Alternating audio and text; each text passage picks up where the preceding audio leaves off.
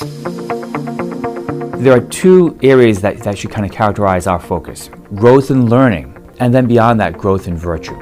When I think about Delone, I think of loyalty, faithfulness, and enthusiasm.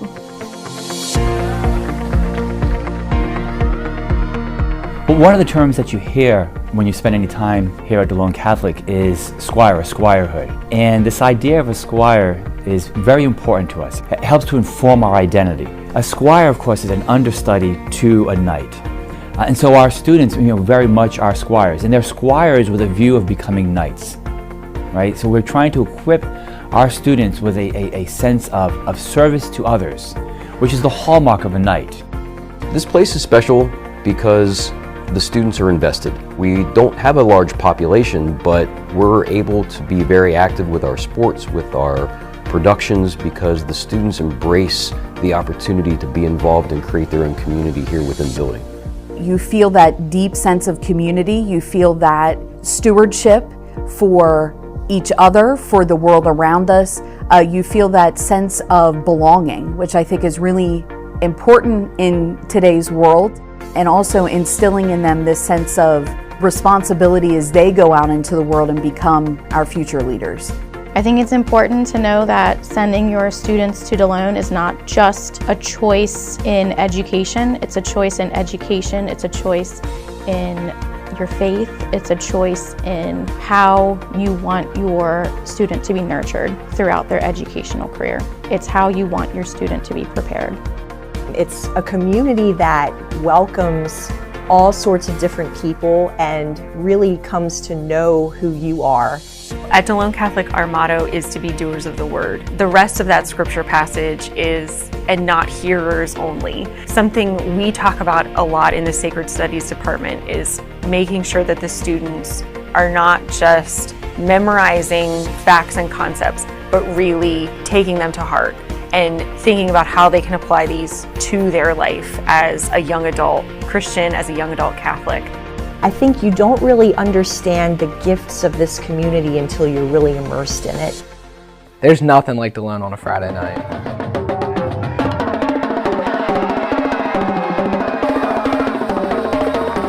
I think that there is a sense of pride and responsibility that when you put on a Delone Catholic sweatshirt, you put on a Delone Catholic uniform, you understand that with that comes a sense of responsibility, a sense of pride. If you are feeling that nudge, you're probably on the right track to just send them, to try Delone. My parents told me that I could go to any school I wanted, and I chose Delone because I knew it would be a good fit for me and my education. I'm proud to say I go to Delone Catholic. I'm absolutely proud to be an alumni. And that being said, I'm proud that my kids are going to be alumni someday. The best way to inform your decision making is to come and see. Visit us. Every day is open house. We welcome you to come by and to learn more about us. Once you're a squire, you're always a squire. This is Joseph Shirillo, graduating class of 2023 at Delone Catholic High School in McSherrystown, PA. My previous school experiences didn't prepare me to become the person I am today like Delone Catholic has. And when you enroll at Delone Catholic, you will be challenged, but at the same time, the school community nurtures you to create your own path. Delone Catholic welcomed me into their community and helped me become the person I am meant to be. I participated with the drama department, athletics, organized charity events, and serve in many leadership roles. All of these opportunities have prepared me for the next part of my life. Delone Catholic also helped me to grow in my relationship with God, and now I invite you to join this amazing community.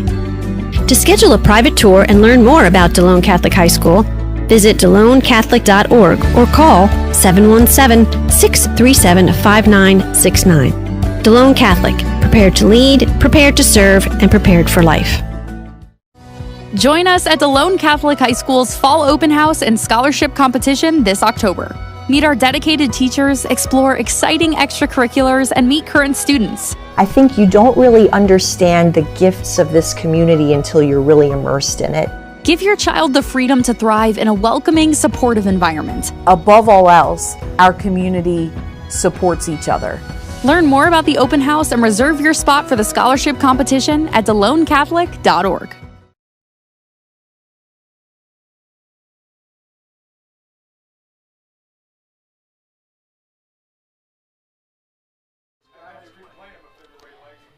Hello everyone, thanks so much for joining us. I hope you can hear me okay. Let me just bump up my mic. We've got so much going on. This is Danny Smith. Thank you for joining us here at DCBN. I have Tony Weaver and George Nieder joining us. We have some students here, Timmy and Luke. Luke is our intern. Timmy's doing stats for us. I believe Mike Knoll's going to be here on the camera for us tonight. He hasn't quite shown up yet, but we're coming on a little bit early because there is a ton going on, and we want to make sure that we get you all that information. So I'm going to start a little bit early. We have the football game coming up. We have a break next week. September 13th will be our next home football game. Our next home all-school mass will be September 19th. If you didn't get the chance to check us out yesterday, you can go on to the DCBN YouTube page and check that out. And then we will be back again the following week for September 20th. Please keep an eye on social media or the MyDCHS app for our upcoming events. The great thing about the MyDCHS app is you can filter. So if you're looking for DCBN live streams, if you are looking for the mass schedule, if you're looking for different athletic events, you can filter and make the view only what you want it to. Throughout the night tonight, you are going to be seeing some graphics pop up, things that we don't normally have, highlighting some of our Squire Guild members. I'm going to see if I can't find it so I can show you, give you an idea. So if you see one of these pop up in the corner, these are our Squire Guild members, and we want to thank them, each and every one of them, and make sure we get a chance to let you know how they've been supporting Delone and our appreciation for all that they have done. The McSherrystown Knights of Columbus and the Ladies Auxiliary has become a Squires Guild member. Absolutely want to check them out. If you don't know where they're located, they're at 342 Main Street, McSherrystown, PA, here in town. You can reach out to them for more information at council@kfc2551.org if you have any questions. Check out their Facebook page. They put up their specials for the month where they highlight the meals that they have on special and let you know what's going on. And this year they are celebrating 100 years. So you want to make sure you check out their Facebook page and stop in and say hi to them. While we're talking about our Squire Guild members, I do want to make sure I get a chance to shout out Trummer Family Dentistry, GNS Foods, Donald B. Smith Roofing Incorporated, McSherrystown Home Association, Griffith Plumbing Services, the McSherrystown K, Council 2551, and the Ladies Auxiliary, Hanover Auto Team, David Ross Orthodontics, Thrivent for Molly Bruce, Conawago Enterprises, and Conawago Contractors. Thank you all so much for supporting our Squires, making our activities possible here.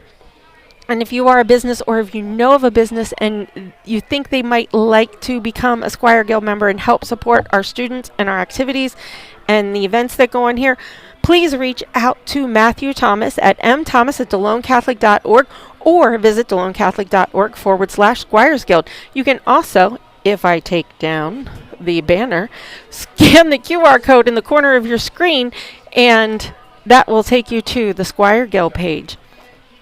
See what else we have going up here. Friday night lights for our future Squires. If you do not know what our future Squires are about, they are our young Squires, and we give them an opportunity to run on the field and have activities here. Fans in grades K through 8 are invited to Future Squires Night on Friday, September 20th. Our next coming up here real soon. Gates open at 5:30. You want to be here by 6:20 to run onto the field with your Delone Catholic Squires. The game is against Bermudian Springs, and that game will begin at 7 p.m. They usually do something at halftime. Future Squire band and cheerleaders will also have the opportunity to perform with the marching Squires and the Delone Catholic cheerleaders. You can we'll scan the QR code that's on the screen, and that will allow you to sign up to participate in some of these activities. Future Squires will be admitted for free with a paid adult admission, and the theme for the night is Blackout. Also, for anybody who's tuned in, I see we have a few connections here. Please, if you are at a game and you are watching us, if you see the score and you can update the score, please update ScoreStream or Max Preps so that we can share that score.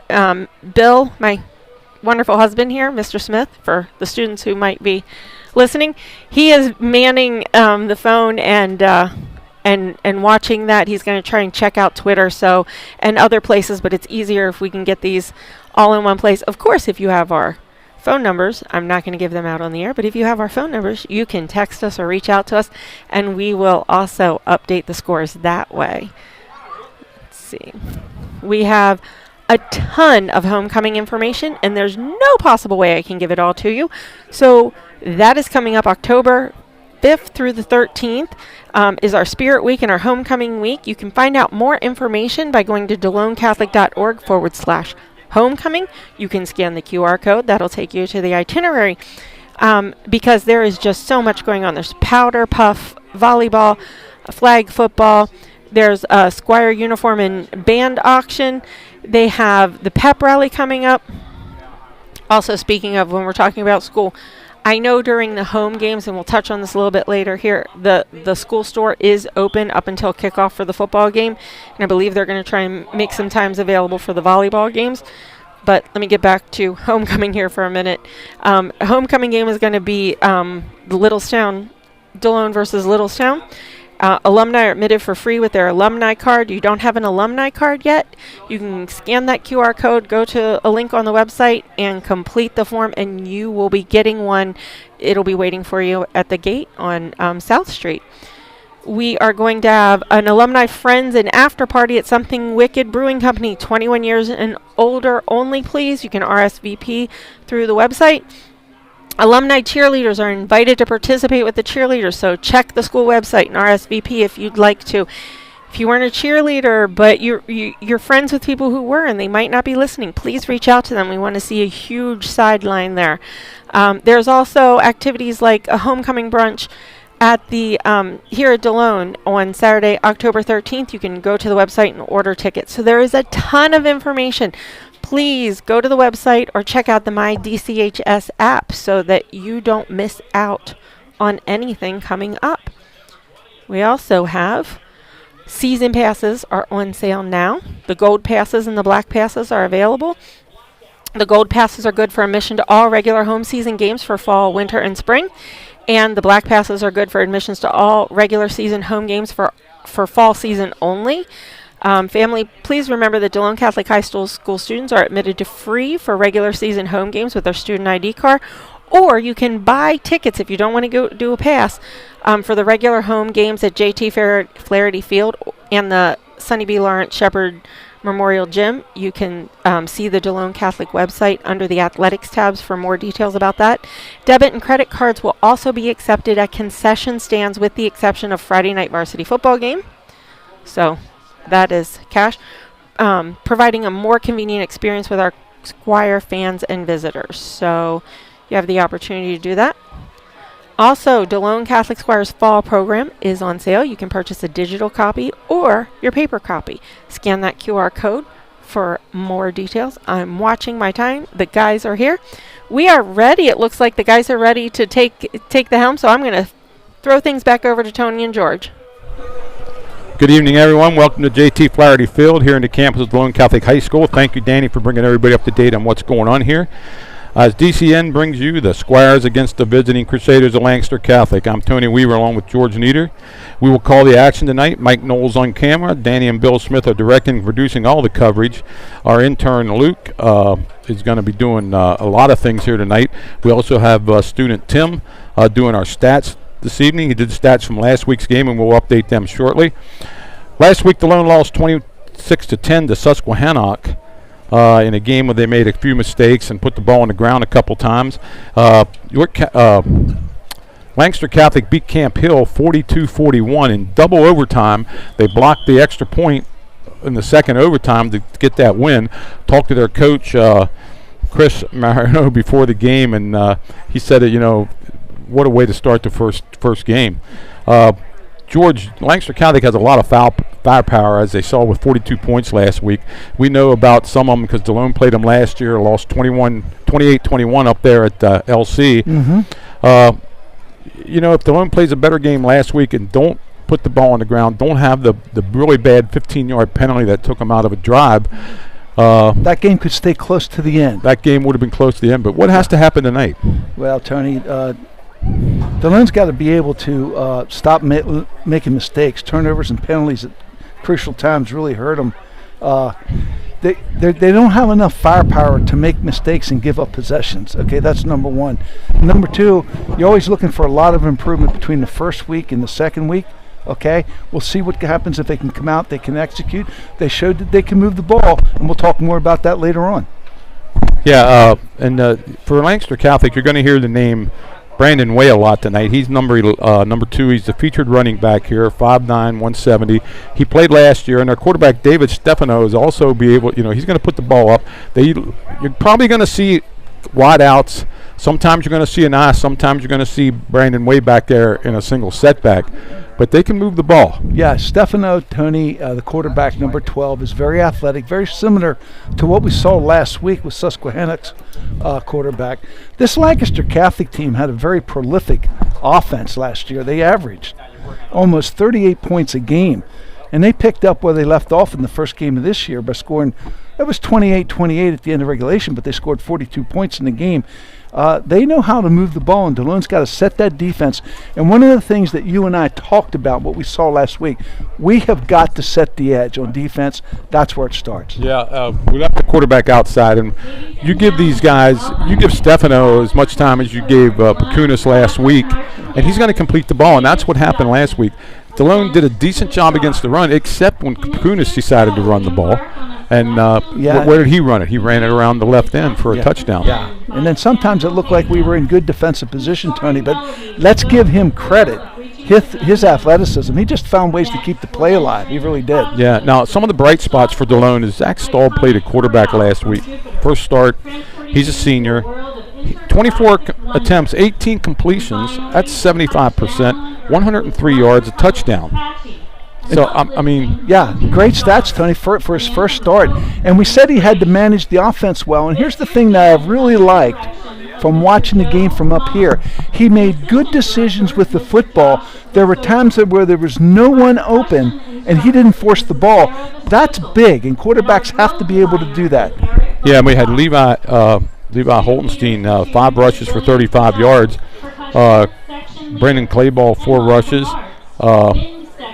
Braden Smith had 7 rushes for 24 yards. That's going to have to come up some, and a lot of that has to do with the offensive line.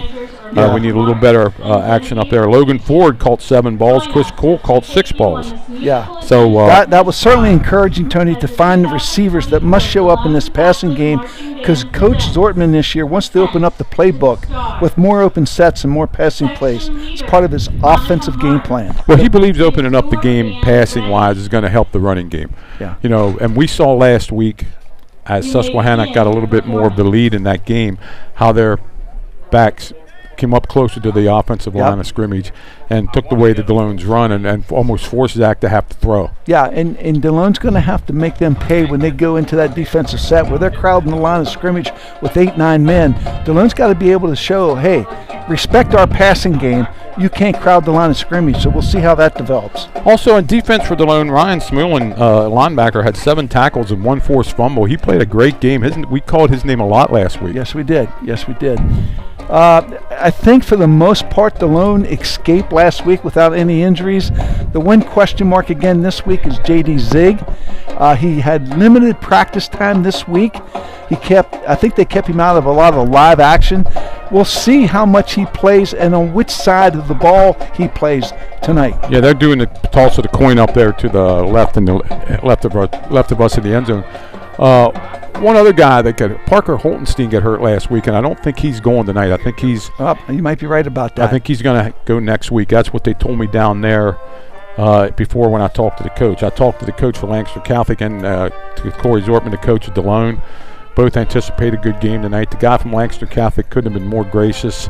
Told him how to tell his people back in Lancaster how to get on, and watch us tonight. And get on DCBN and watch the game if they can't make it here for the game. They were certainly going to do that. So, Tony, one of the other things in talking to Coach Zortman, he felt last week, he felt his team got out of the gate really well at the beginning of the game and at the start of the second half. But as time went on in each half, he thought his line got wore down by a much bigger Susquehannock team. Yeah, they were a lot bigger, and number 55, I can't recall his name right now. On defense, he was just a wrecking ball. He was. And they moved him around a little bit, put him on the edge, put him in the middle, and he got through and made a lot of nice tackles.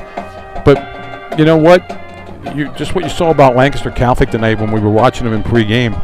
They have 5 guys on the offensive line, and then they bring in a whole different group for the defensive line. That's a huge advantage. Yeah. And they're not that much bigger than Delone. They dropped a double A this year, too. When you can do that, when you can bring your offensive line off the field and put a new defensive line on the field, you can gather those offensive linemen around you. You can talk about the adjustments you need to make and what changes you want to make to your blocking schemes. That's huge. Consequently, when the offensive line goes on the field and the defensive line comes off, same thing.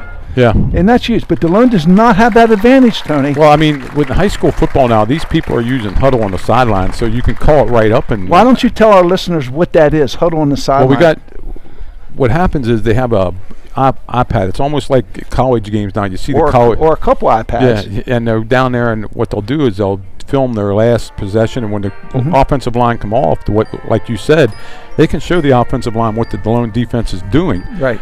Now, Delone has that same capability, but they don't have the players that are going to come off the field and to be shown that. Yeah, you can film that, but you can't get your players off the field to show them. You can show them at halftime, but that's right. It's not instantaneously like it is for a team that has different linemen offensively and defensively. That's one of the ways technology has impacted high school football huddle, that these linemen, backs, coaches can sit with them and talk to them and show them what's happening. Yeah, now the coaches get it. I mean, the coaches can try to relay it, but it's not the same as seeing it because, they'll go over it Sunday and they'll go over it, in their pregame meetings, and they'll show them the film from last week, but it's not like coming off the field and saying, oh, look, see what he did here, and a certain call that was made. No, it's a great teaching tool. There's no question about it. We probably should mention the wideouts for Lancaster Catholic, Tony. Oh, well, they're going to have Charlie Warren, number 12, and Ethan Shank. I'm sorry. Charlie Warren's number 9. Yeah, number 9, and Ethan Shank's number 12.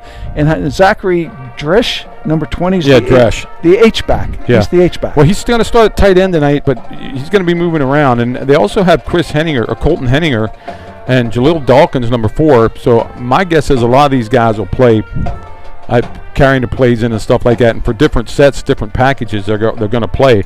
And then the offensive line's pretty well set with number 50, Ben Tongle, 51, Seamus Connor, 54, Anthony Leone, number 64, Maximus Gockenauer, and number 72, Gabe Chicherio.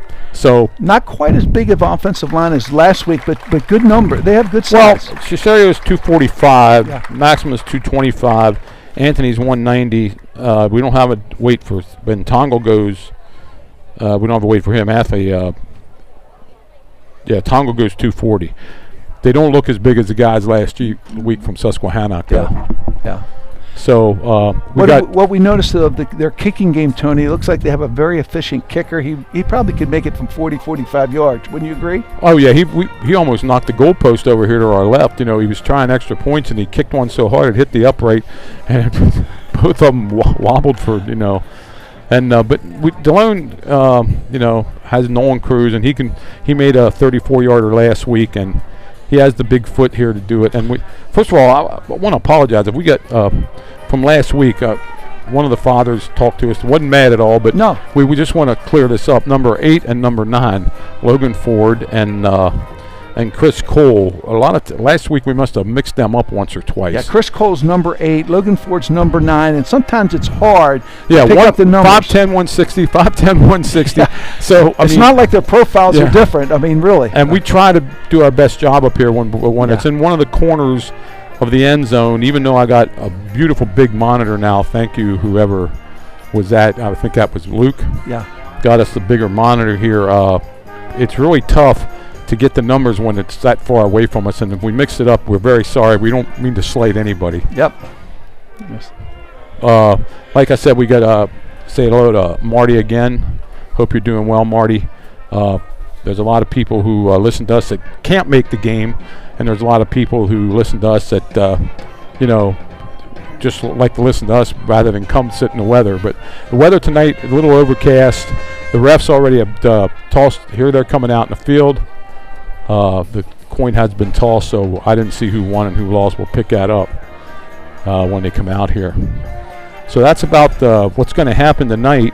Delone's going to have to play and protect the ball and keep out of the penalties. And, you know, it was prophetic last week when they got that 15-yard penalty. And then the first play they got to the 18-yard line and fumbled. Yeah, that killed a drive. And then we had a first down on a big play, but we got a 15-yard penalty. That killed a drive. That killed a drive, and then, of course, the fumble later on. Yeah. But, you know, then again, Delone got their fumble and got the ball at midfield, but to their credit, they went 50 yards and scored. Mm-hmm. And I really believe it comes down to protecting Nate Stahl. If you give him a little time, he's going to find the receivers. And the patterns that Coach Zortman has drawn up off this, he calls it the spread wing tee. They're going to have guys open if you can get the ball to them. Yeah, and the key is going to be protecting Zach Stahl, number 10, the quarterback, giving him time so he can scan, come off maybe his first read to his second read. That's very important. I liked the way he made some good decisions last week. He didn't force the ball. He pulled it down, got a couple yards, and lived to play another play. Yeah, you don't want to throw picks. You don't want to take big sacks either. And the only one he took was right before halftime. They got him at about the 2-yard line, and that set up a punt that Delone's still working on their punt game. Their kicking game's in pretty good hands, but they got to find somebody who can punt the ball. And quite frankly, I don't know who's going to punt for Lancaster Catholic either. We weren't overwhelmed. Yeah, we weren't overwhelmed by their punters. But then again, we don't know. We saw number 27, Logan Krantz, kicking the ball, and he can boom it. Now, whether he punts or not, I wouldn't be surprised if he came out and he was their punter. Yeah. So we'll find out the kicker. Danny, you have anything else you want to add? Okay, we're going to send it back to Danny here right before we go on the air again. It's about 15 minutes before kickoff here. Both teams are actually, here comes Lancaster Catholic's coaches out of the locker room up there to our left. Delone side, Moose side, for the people that are just joining in. We're going to refer to it as the school side, the Moose side. The school side's the east, and the Moose side is the west.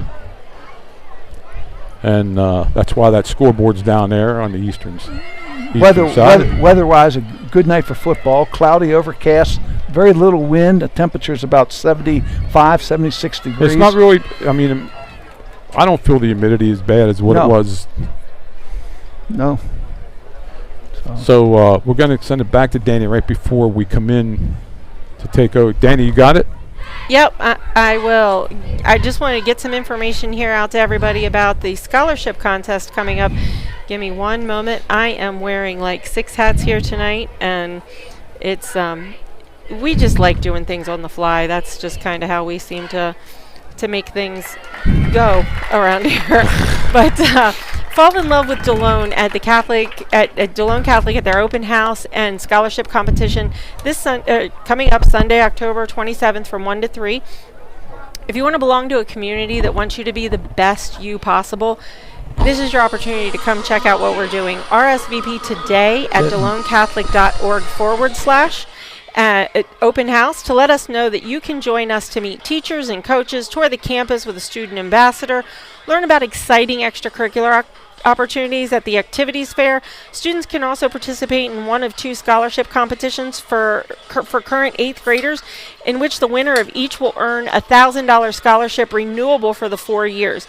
There's a Quiz Bowl style trivia competition that's limited to the first 30 students who register, or an essay competition. You'll be given a prompt and an essay to write on site. That's going to take place here at the open house. So during the essays will be judged anonymously at a later date. Parents can choose from a number of informational breakout sessions while students are competing. And remember to register for the scholarship competition when you RSVP. We are so looking forward to meeting you here. And this, if you want to know what we do and how the broadcasting works, other years we've brought the equipment, set it up, and gave a demo for the kids and the parents. We're always looking for volunteers. We're always looking for hands-on. We have another student who joined us up here, Zach. So it's great to have our kids involved and our parents. We really appreciate everything everybody does to make this, a really successful event for everybody so that we can bring you these events. Upcoming senior nights, we want to make sure that whether or not we're able to live stream them, that you know that they're happening. We have those listed on there: the field hockey and cross country, boys soccer, girls soccer, and volleyball. Coming up in October, I think we have the night for football. It's usually the last home game. We'd love to bring you these events live on DCBN. Unfortunately, when there's nights where there's two of them, like girls soccer and volleyball, we won't be able to bring you both. But what we will do is make sure that we get volunteers and we can bring you commentary, and we will try and bring you one of those two events. And really, this is such a great opportunity for students to get their feet wet in the announcing and the camera work and the different aspects. So watch for social media and the website for more information about which games we will be live streaming. Thanks, Danny. And George, one of the interesting things here that you brought tonight, there's only 3 teams in single A. We might as well touch on this right now. Yeah, for our listeners out there, what that means for District 3 playoff action. There's 3 teams. 2 of them will make the championship game on November the 8th. That's 1 week after the season ends. 2 weeks after the season ends. So whoever has the best record. Now, Delone Catholic, York Catholic, and Fairfield are the only 3 teams. Mm-hmm. They're all in the YAA Division 3. All lost last week. So somehow Delone's rating is higher, so they're number 1. Yeah. And York Catholic's 2 and Fairfield's 3. So as the year goes on, we'll keep updating this. And Fairfield lost pretty bad to Steel High. York Catholic lost to Tri-Valley, and Delone, of course, lost to Susquehannock. So we'll update this as we go on. But with the ratings, I guess because of who beat who, Delone's the strength of schedule, Delone falls into first place here. Yeah. And there's, like I said, there's only 3 teams. And Lancaster Catholic, by the way, for the people from Lancaster that are listening, you're in second place in Division AA. Camp Hill, you beat them. They're at number 6. And there's only 7 in AA, but 4 teams make that playoff. Yeah, and what stands out there in years past, of course, is Still High, right? Yeah. They moved from single A to AA, and they're in the AA bracket. And now Trinity's at AAA, but Trinity lost last week, so Peckway Valley and James Buchanan actually won. And the first time you can actually say James Buchanan's up there 1-0. Mm-hmm. But anyway, I just wanted to bring that up, that Delone Catholic is leading in single A playoffs right now. So Delone, George, both teams are getting ready to come back in the field here. We're going to have the national anthem. Of course, we will get off for that. And the national anthem and the alma mater. It looks like things are going to actually run a little bit on time tonight. Last week they get out of whack a little bit. And you got George's number. You got my number. If you want to text us and let us know how we're doing, please do that. Like I said, hopefully we got the people listening that are usually listening. You text in, we'll try to get you on the air. We see Brady Dettenburn sitting down there from last year. Called his name a few times last year, didn't we? Run in there and put the uniform on. Yeah. So we're getting ready here. I guess we're not going to play the national anthem until both teams are on the field. That would be my guess. There's movement down there at the Lancaster Catholic. The shack doors are still closed, but there is movement down there at the Lancaster Catholic locker room. Decent crowd over there for Lancaster Catholic tonight. Remember, George, that's something. I remember back just a couple years ago, they were 4A, and they dropped the whole way to 2A now. Mm-hmm. In boys basketball, in boys football, I don't know what they are in basketball or girls basketball. Delone boys will play double A in basketball, I think, and actually 4A again in girls basketball. Yeah. Because of the strength. Competition rule? They call it competition points, but I don't understand that because Southern Columbia has been double A forever, and they won 15 state championships. So, I don't understand how they stay. And believe me, we were on the sideline for that state championship game last year, me and you, and they're a pretty good double A team. Although Wyomissing beat them last week, and they got a game coming up against Mount Carmel. Wyomissing beat them 38-24 last week. So, but Wyomissing's AAA. But so you never know what Coach Roth is going to come up with up there as the year goes on. Well, he's a Hall of Fame coach, Tony, and that team's going to continue to get better as the season goes on. That's what I mean. I mean, when we saw them, I actually didn't think they could beat the team we saw them play. I forget, it was Westinghouse or somebody like that from out west. Out west. And they just wore him down. Yep.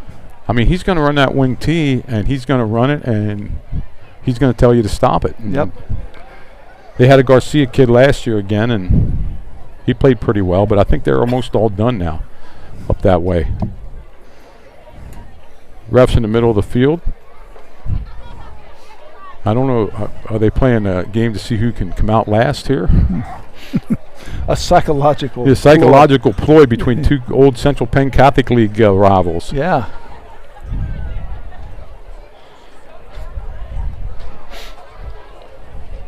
George, your Lancaster Catholic game, your senior year was... second game of the year, Tony. Played them here on the home field. I think we won 20-7. They had a very good 20-13. 2013. I thought it was 27. Maybe it was 2013. They had a very good football team. Yeah. Yep. I think Coach Knowles' year, did you play Lancaster Catholic your senior year? And that was no gimme either, was it? 21-14. Yeah, something like that. Yeah. Yeah. So Delone's now getting ready to come through their banner, and here comes Lancaster Catholic. Lancaster Catholic will be in white, purple trim. I guess maroon trim, I'm sorry. Delone in our black with white trim, gold helmets.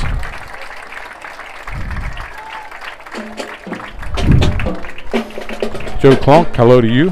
Yeah, hope Joe Clunk's doing well over in New Jersey. He's listening in almost every week. Hope you're doing well, Buzz. And, hope to have Mr. Clunk in the booth here in a couple weeks. Yeah, it'd be great to have him up here. He can give a little insight to that halftime conversation he had at the Cedar Cliff game. I don't know if you can remember 51 years back, but we'll try. I think you remember that stuff. Yeah. Squires out here in the field doing their warm-ups. Lancaster Catholic getting ready to go through their banner.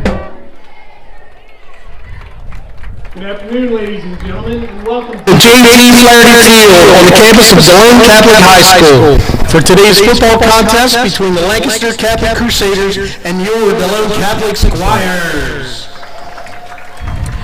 Regardless of the outcome, got blown out there for a minute. All spectators consider the time and effort that each of these young participants have put forth to represent their school.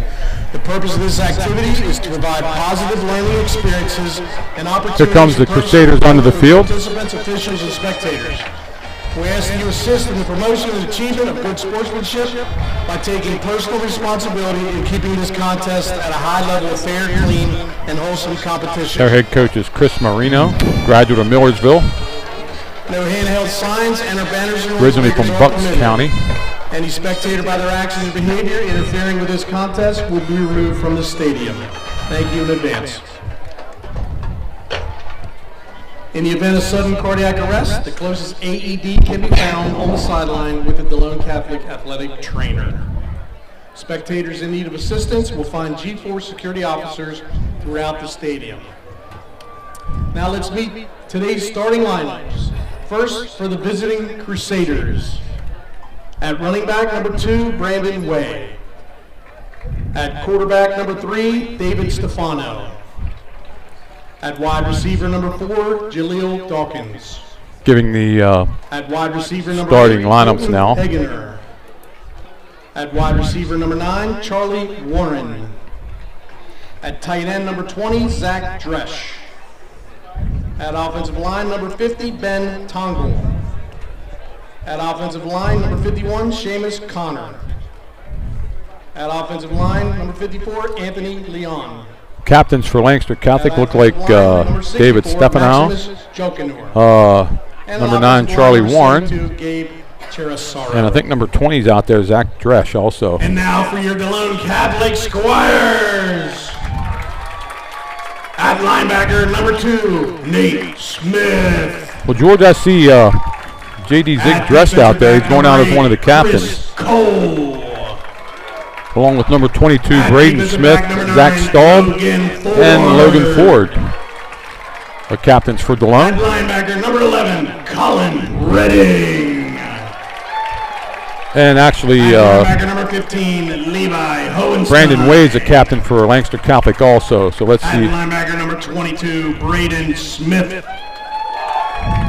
At defensive end number 26, Braden Clayball.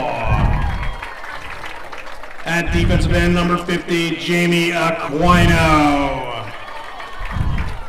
At defensive line number 56, Levi Davenport. At defensive line number 62, J.D. Sieg.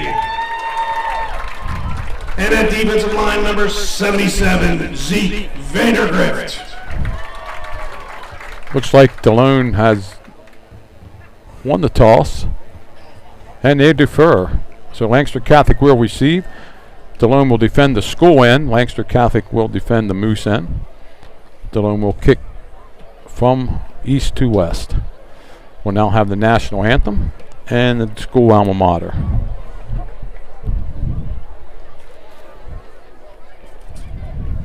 At this time, we ask you to please rise and remove your caps for the singing of our national anthem by our own Ashley Heacock, followed by Delone's alma mater.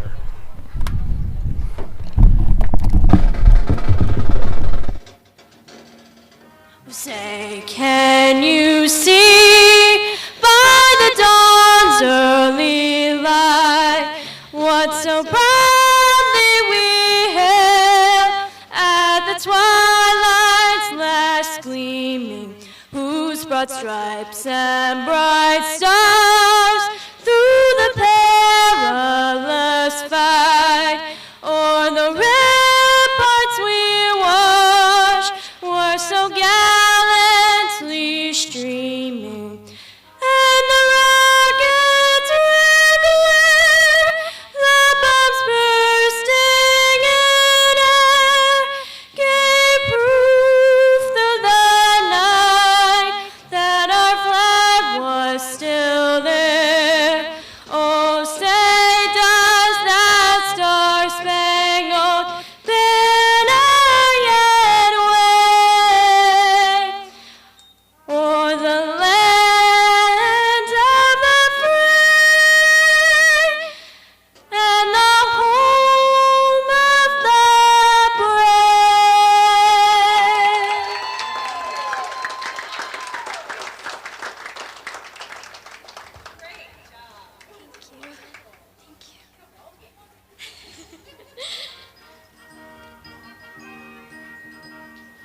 Come, raise your voices, join in our heartfelt praise. To our high school, let us sing. To our high school, let us sing. To our high school, let us praise our Lord, your song.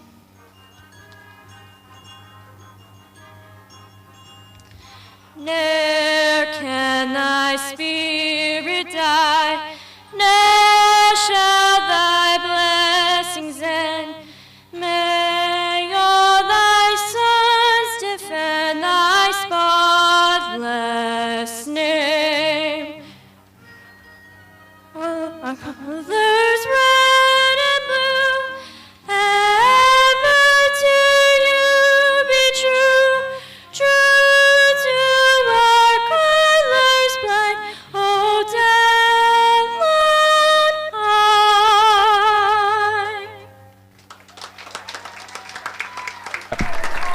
And we're back on here after the national anthem and our alma mater. And George, I got a little note from Mr. Clunk. He does remember that interview. Yes, I bet he does. Yeah, that'll be something nice to talk about. Tony Keys tonight. I think Delone's got to eliminate those mistakes that we talked about. They're just not that prolific offensively that they can give up possessions by penalties or turnovers. That's number one. This offense is turned around just a little bit. It was a run-heavy offense for years and years. Coach Zortman's looking for more balance. Hopefully Delone can get that passing game. Last week it was pretty efficient, 18 for 24. Zach Stahl was for 100-plus yards in the TD. Continue to refine that. That's very, very important. I think the key is Zach. He's got to manage the team, manage the huddle, and make good decisions with the football. Defensively, Delone's got to set the edge on defense, Tony. They cannot let that ball get outside. They've got to contain, and that's very important, and then run to the football. And here's a little change now. Cruz is going to actually kick off from the middle of the field. I think that's Cruz, isn't it? But he's going to kick off from the middle of the field, and he's been kicking off from the left hash. Let's see, Wade's back there along with George. Can you get that far number for me over there? If he turns this way, I can. I think that's number 9. 9 or 8. It's either Henninger or Warren, but Wade's on this side. Well, they're small numbers, Tony. That really is. I believe that is number 8. Yeah, we'll call it 8. And let's see who's going to kick off here. That is Cruz is going to do the kicking. And remember, this is another big part of the game that's going to have to improve kick coverage. Kick coverage. Special team. Cruz approaches the ball. He nails it. It's a high end over end kick. It's going to come down to Wade about the 5-yard line. He's up to the 10, 20, big hole up the middle. And he's going to be drugged down about the 38-yard line. Well, that was a game-saving tackle there, Tony, because there's nobody else out there. They had 3 blockers in front of him with only 1 defensive man for Delone. So, again, that's really too much yards on the kickoff. They're actually going to set the ball right at the 38-yard line. 1st and 10 for Lancaster Catholic. First down, Crusaders at the 39-yard line. Stephen Al, the quarterback.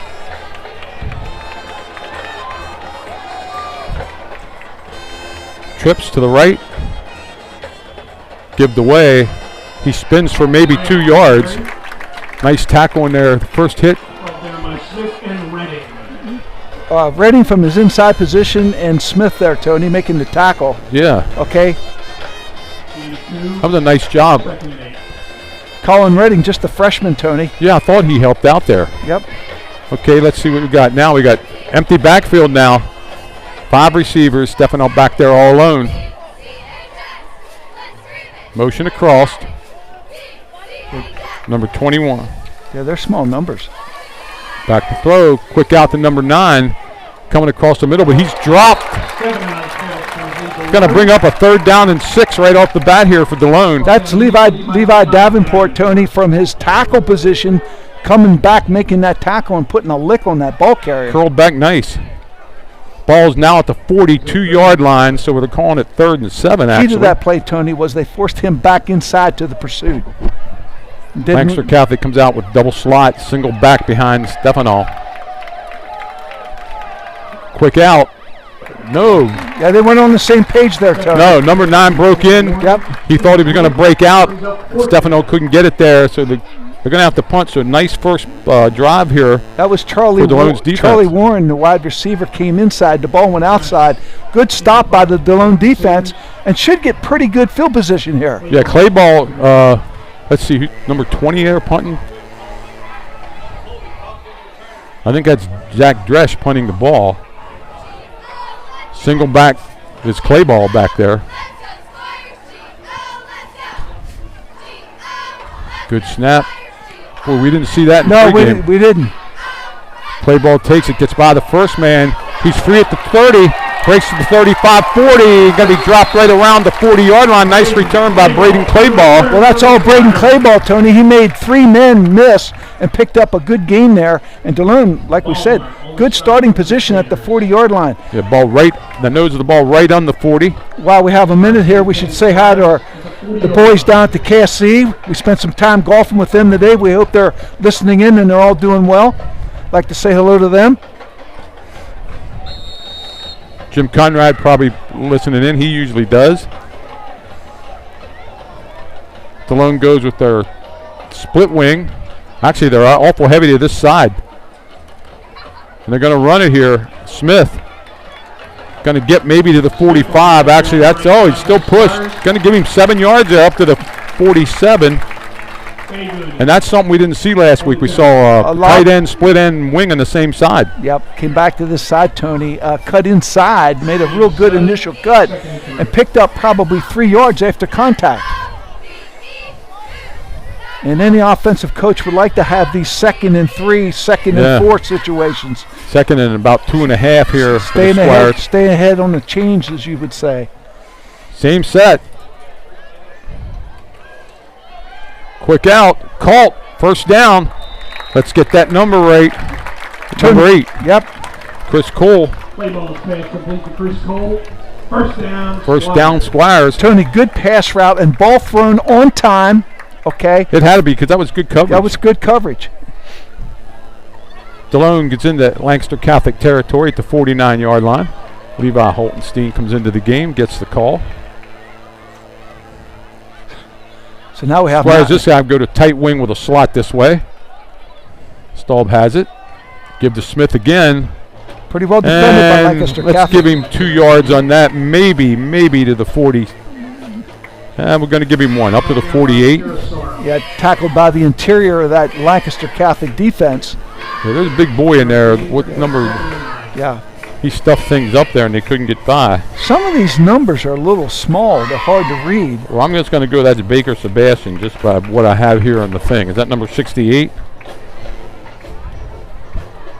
Well, that would I would say so. Well, Tony. this monitor really makes a difference. 6 foot 365. He's a load in there. Yeah. He's right on the nose. Motion across for the Squires. Inside counter. Clay ball gets to the 44-yard line, almost the 43. Going to bring up a 3rd down and 4. And George, it's going to be an interesting thing if we don't get it here. What Coach Zortman will do? Yeah, well, you wonder what. But well, the punting hasn't been sensational. Yeah. But good run there, Tony. Pick up a 5. Moving forward, keeping the leg drive moving. He picked up about 3 yards after initial contact again. I guess it all comes down to what they get here in 3rd and 4. Yep. Make it 5 maybe. Quick out. It's Colt. Keeps his feet, gets down inside the 41 to almost the 40-yard line. Going to be 4th and 2, I believe. That was number 8. That was Chris Cool again. And it's going to be 4th down and a short 2, George. A short 2. Clay ball coming into the game. Looks like Coach Zortman's going to keep his offense out there in the field. That is 68 in there, the big boy in the middle. It's going to be awful close. I think he got it. George. He's up over the 39-yard line. Well, he was hit initially at the line of scrimmage. Oh, yeah, they got it by a yard. Going to give it to him. First down. First down to the 38-yard line. Yeah. He was hit and drove forward another yard. Yep. Squires have the ball at the 38-yard line. There's 7:30 left here. Levi Hohenstein coming back into the huddle. Squires going with this tight wing slot set, which is their A set here in this offense. Hohenstein has it. He looks to cut up, but he's dropped for a yard loss. Kind of ran that jet sweep there, Tony. And well defended by Lancaster Catholic for a 1-yard loss. They dropped him outside there. Delone tried to get the edge but couldn't get it. Play ball back in the game. Tony, one thing we haven't seen, and I don't know how much we might see, is Zach Staub pulling the ball down and taking off maybe on a... Well, if you're going to run this offense, that's going to have to happen sooner or later, I would think. Yeah. Slot this way, tight wing to the left. Staub looks. Has it out in the flat. It's complete. It's going to be awful close to another first down. Let's see what number that was. We're going to wait to call. That was Ford. Yeah, that was Ford. And that's going to be awful close. The key to that play, Tony, Zach rolling this way, put the ball in position that his receiver could catch the ball and turn upfield immediately. He didn't have to stop or go behind him. Well thrown and ball. He had a little bit of the sideline to use there. Ball on the 28-yard line, 1st and 10 for the Squires. Yes, the spacing on the field was good, and he led his receiver well. 32-yard drive so far for the Squires. Ball was out of bounds, so the clock has stopped. Delone a little heavy to this side again. Yep. That's the first play of the game they ran. It's Smith, not this time. Number 33 made initial hit. Andrew Schwanke made the initial hit. Not sure he got anything. It maybe got a yard. Got about a yard. Well defended there by Lancaster Catholic. Yeah, that's number 68 in there, Tony. Sebastian Baker, 6 foot 365, and he looks like he owns the middle of that defense right now. Well, he's playing right on. He takes up a little bit of room. He's playing right on the center. Yep. Staub had another crisscross, counter crisscross. Clay ball Down inside the 20. Ball off the left side for the Just inside the Squires. 20. It's going to bring up a 3rd and 2.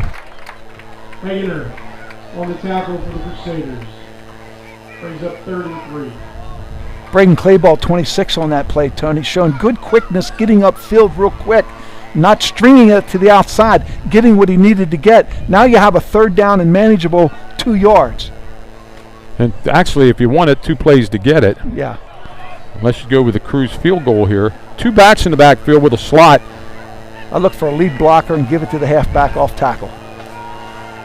Looks like Smith is going to get the 1st down. Smith up the middle. He's up to the 27. That's going to be enough, I believe.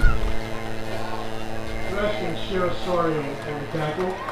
And it is 1st down. Squires just on the nose of the ball on the 17-yard line. A time-consuming drive right here as Clayball comes back in. It's 5:10 left here in the 1st quarter. Squires have the ball at the 17. And Delone goes back to their tight wing slot set. Smith to the left of quarterback Staub. Staub going to roll left. Throws it into the end zone. Touchdown, Squires. That's Logan Ford. Staub took his time, squared his shoulders, and got a good throw off. Well, you're right, Tony. The key was when he rolled left, he didn't force it right away. He set himself, squared his shoulders, made a nice throw on the run. And as you said, Tony, that is Logan Ford this time, right? Yep, that was number 9. Number 9. A nice drive by the Squires. And we'll find out how many plays that was. Picking up several 1st downs. 60-yard drive. Cruz will attempt the extra point here to put the Squires up 7. Stats coming in here from Tim. And we got him here. There's the snap. It's down. Cruz kick is up. It's good. It looks good. It is good. It's 7-0. That was Kick is good. let's see. With 4:52 left in the 1st, your score.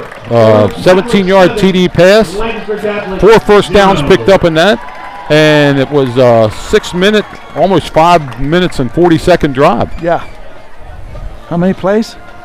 Well, 4 1st downs. 4 1st downs, yeah. Well, a nice mix of run and pass. Good blocking at the point of attack. Receivers running good routes, and Zach putting the ball in the money several times. And that's what we're talking about. For Delone to be successful this year, Zach is, I think, the key. Protecting him is number 1, and then those receivers running good, crisp routes. Well, he did a great, like we had a perfect view up here. He wanted to throw early, but he waited, got his shoulders square to the line of scrimmage, and then just was more of a fade after that, and he faded it into the end zone, and Logan Ford ran a great route. See, we're going to have to talk to Coach now because they're kicking off from the middle of the field, so they did something here. Yeah, while we're getting lined up here, I want to say hi to Brian Clunk out in California. Wow.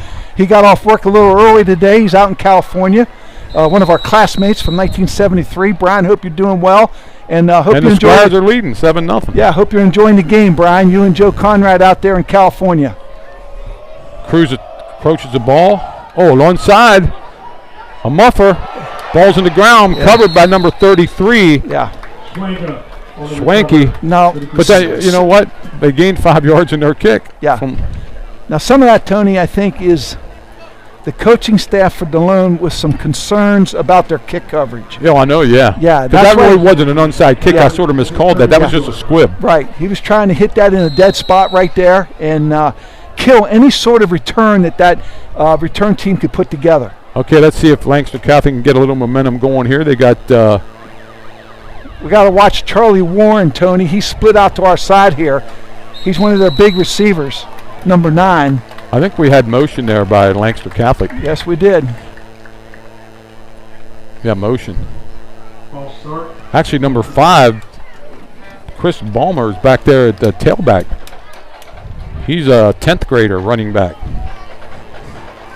Yeah, Charlie Warren, I talked about him, Tony. He's 6'4", 185, tall and lanky. He can go up and get the ball. They got to be able to do some good press coverage on him. Give off there. Delone hits, drops him for about, let's say maybe a yard. Well, that's good team defense in there, Tony.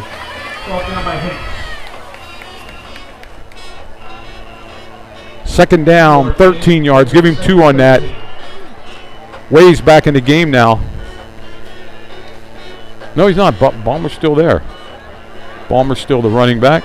I thought Way came back in. We got trips one side, split in out here.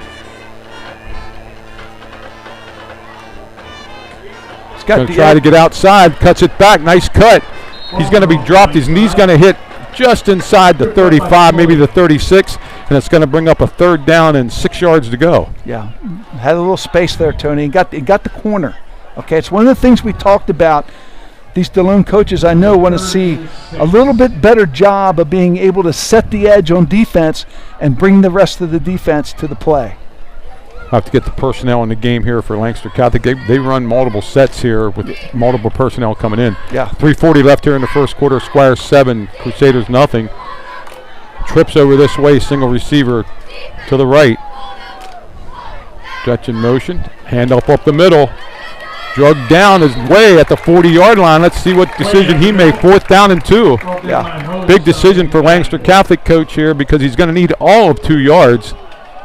Where they just said it. That's a solid 2 yards, Tony, and it looks like they're going to go for it. Yeah, I'm not sure you want to send your punter guy back there, Coach, because I think they're going to go for it. Trenton Moore coming in, Tony. Number 52 into that huddle. Get a little more beef in there. Power eye.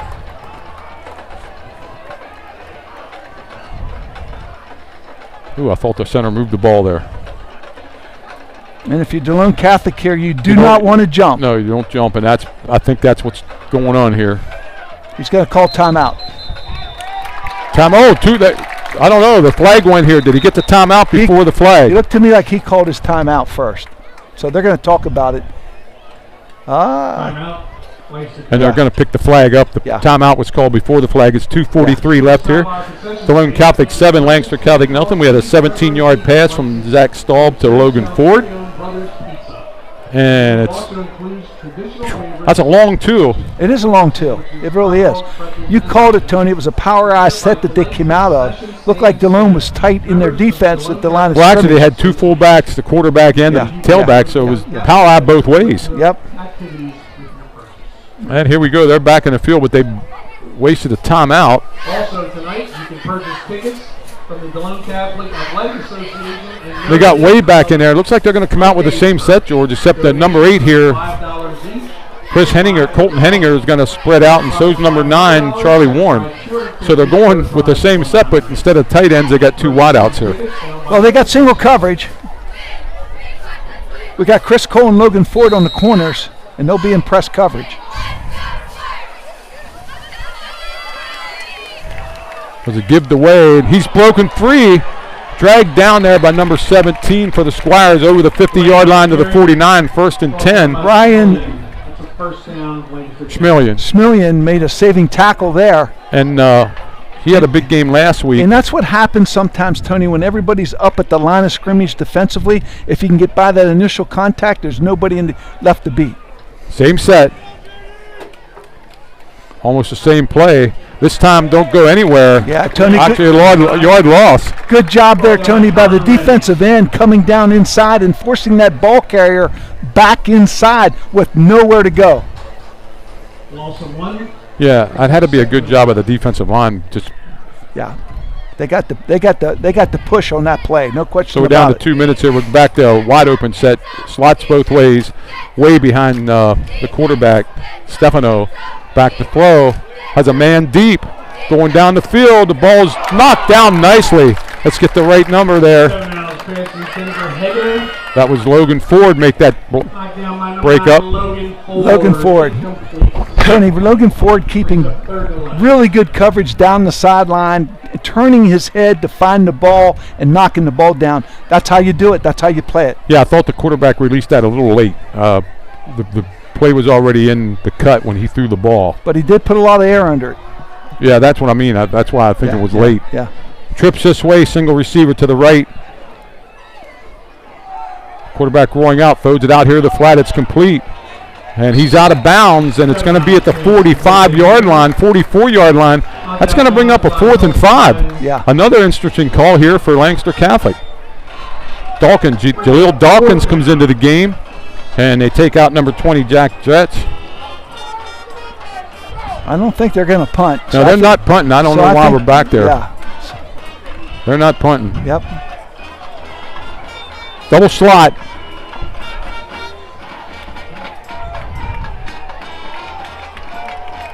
Back to throw.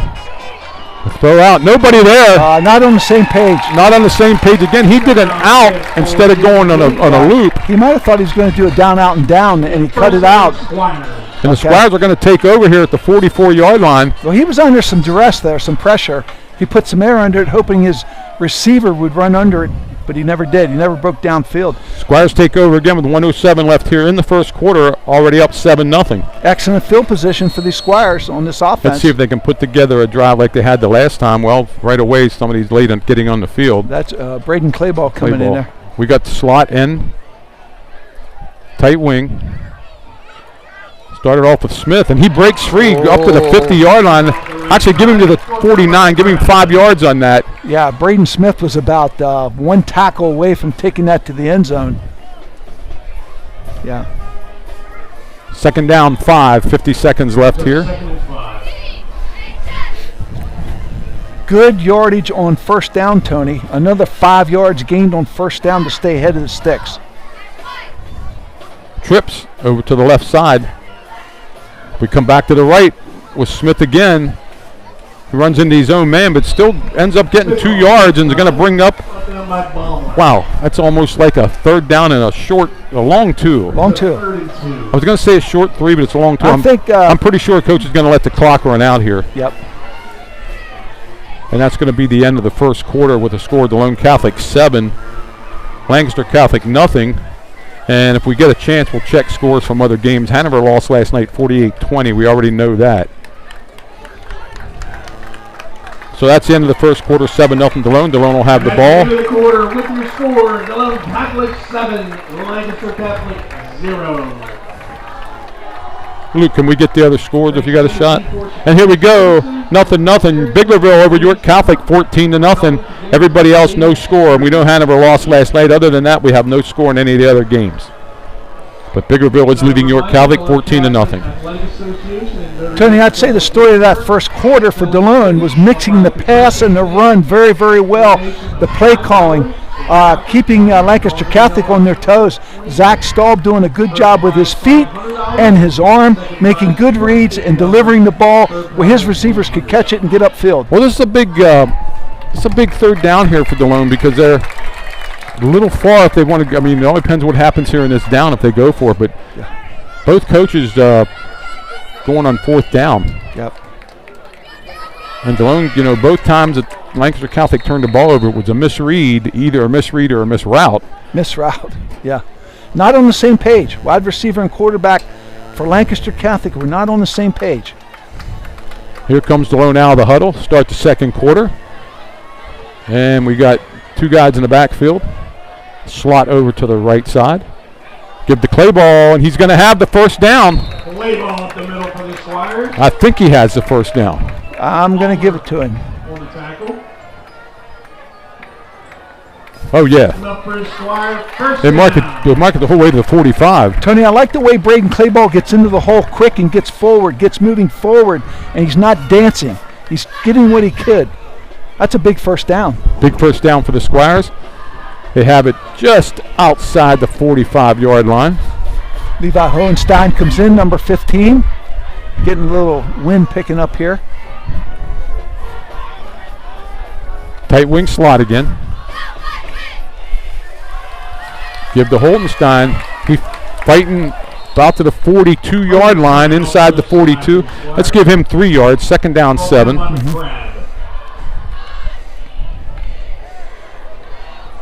But you're right, a nice mix of running to the right and the left here. Yeah. There's no Yeah.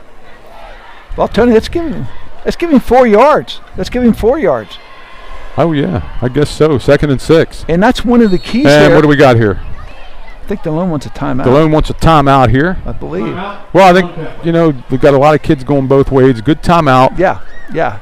One of the keys here, Tony, that we're seeing is Delone's picking up positive yardage on first down and staying ahead of the sticks. Going 2nd and 6, 2nd and 5, which is big. I guess my sister Anna and Chichi are both watching. Becky Smith. Oh, here we got still no score in the New Oxford game. Nothing Southwest. Eastern York 13, Fairfield nothing. Susquehannock 7, Littlestown nothing. Kennerdale 6, Northeastern nothing. Cedar Crest 7, Spring Grove nothing. And, well, we got an update in the Biglerville game. That's 14-0 Biglerville. Biglerville's for real this year. Yeah. That game in a couple weeks, it's not going to be a gimme for the Squires. Yeah. Well, before we get started here, I want to do a shout out to my grandson, Jacob Bartlett. He turns 8 today down in Nashville, Tennessee. Jacob, I hope you're watching. Enjoy the telecast. And here we go for the Squires. 2nd down, 6. Back to throw is Staub. He's done a little bit of pressure. He gets it out complete. And it's going to be a 1st down. George, who caught that ball out there? But they say Ford. I'm going to go with that. Yeah. 9 and 8's a little hard sometimes to pick up. It's flag on the play. It wasn't a face mask. It might have been a face mask. Or blocking the back. Personal foul. Face mask. Yeah, we got that. Yep. Personal foul, face mask.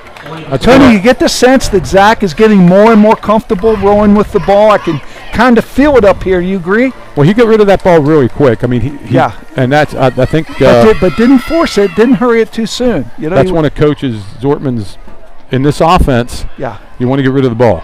Yep. And that's going to add some 10 yards, I think, to the. Yeah, what you're describing here, Tony, some pitch and catch, so to speak. Actually, it's a 15-yarder. Yeah. I'm sorry. Yeah, it's face because mask. it was outside the 30, so we'll go to the 19-yard line. 1st and 10 for the Squires in the 19-yard line. Clock now running. Staub has him in the huddle.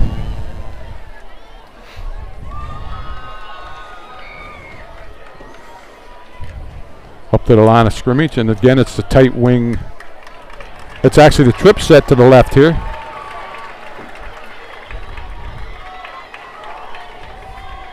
Staub under pressure. He's going to take off, and he's drilled. Kind of looked like a broken play. Yeah, it was. They wanted a hitch out here, and it wasn't there. Mm-hmm. And Staub, like you said, live another day, put it under.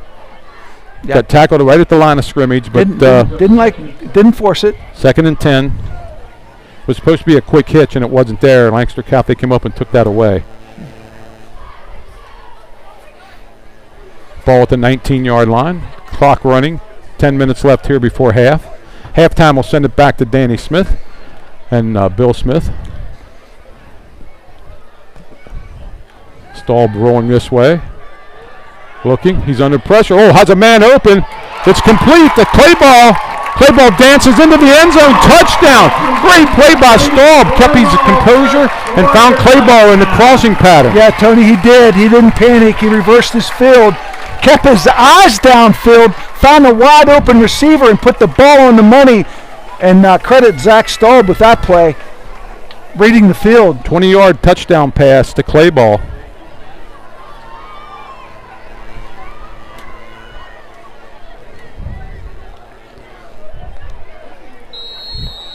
Cruz will try to get the ball through the uprights to keep us on the 7s here. It's 13-0 right now. Great play by Zach Staub. Clayball made a nice catch and then danced into the end zone. Cruz's kick, it looks good. It is good. It's 14-0. Extra point is good. And with 9:39 left in the second, your score: Delone Catholic 14, Lancaster Catholic 0. 3 first downs picked up on that play, George. That was a 7-play drive, resulting in a 19-yard TD pass. Yeah, I don't know if we have the complete stats on time of possession, but certainly being dominated right now by this Delone team, that's for sure. I want to do a shout out to Pat Flaherty, the offensive line coach for Rutgers. They got their first win last night. I think he just contacted me and sent me a message, and we hope he's doing well over there in New Jersey. And was he listening too? Well, I think he might be listening in right now. Yes. So. Hello, Pat. But Cruz will do the kicking here again. Yeah, and I look for another squib kick, Tony. That's I think it worked the last time. Yeah. Let's not change something that's working. Yeah. Yep. Because Way's back there, and who else is back there? Yeah. Let's just take the ball out of their hands. Yeah. Tackling these guys at the line of scrimmage is hard enough. Yeah. Getting them in the open field is just asking for trouble. Yeah. Cruz, and it's different. I mean, Coach Zortman, you can see he made a difference this week because we're not kicking off from the right hash. We're in the middle of the field. Yep.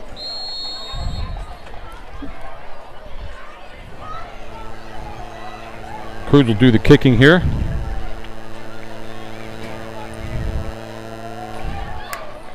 Another squib. Bounces up high. Number 33 brings it back to the 40-yard line. That's Schwenke, and that's a pretty good field position. Yeah, you give up a little field position, but a lot of times you won't give up the big play. First down, Lancaster Catholic. They don't get a chance to really set their return team the way they want. So they take over there around what? That's ball's at the 41. 41. 9:34 left here in the second quarter. Delone 14-0. Delone does receive the kickoff to start the second half. Lancaster Catholic double slot. There's a give away, and he's tackled at the line of scrimmage. That's number 11's in there for the Squires. That's Colin Redding, Tony. He's a freshman. Colin Redding, a freshman, 6'1", 165, and he met that runner at the line of scrimmage and did a really good job with a good form tackle, and the rest of the defense came after that. So that's a 1-yard pickup, 2nd down and 9 at the 42-yard line. 2nd and 9.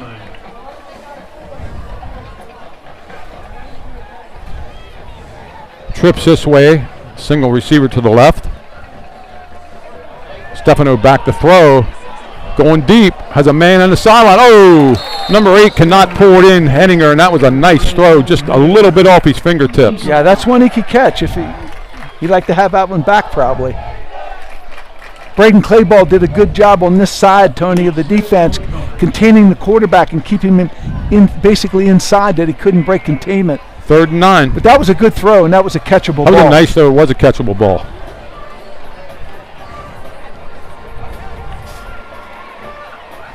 Double slot, single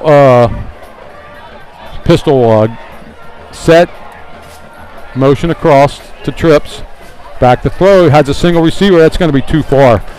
And he had him out there. He didn't put any air under that one for the first time. And it's going to be 4th down. And I think they're going to have to punt this one away. That was Charlie Warren, Tony. He's that 6'4" receiver with speed, and he had some space between himself and the defensive back. Yeah, that was the pass was just flat from the start. It was a little flat. He delivers that ball on the money. That's a touchdown. Play ball back deep. Dretch is going to do the punting here. So Delone's going to have a chance here to move the ball again if they can catch this punt. Last time the punt was very good. Again, nice punt. Play ball fields it. Makes the first. He's up to the 30, makes a person miss. 35. He breaks it 3. Up to the 38-yard line, and he did a nice job holding onto the ball because it almost came loose. Yeah, Braden Clayball, Tony, 26. He's a senior, 6'1", 180. Really good job on the return, and Delone has good field position again. 38-yard line.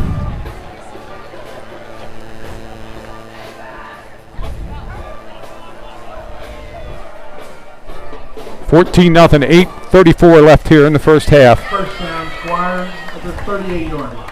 Squires up 14-0. And Coach Zortman has to be very pleased with the way his team's playing right now. Yep. And they're staying with that tight wing slot set. Stahl.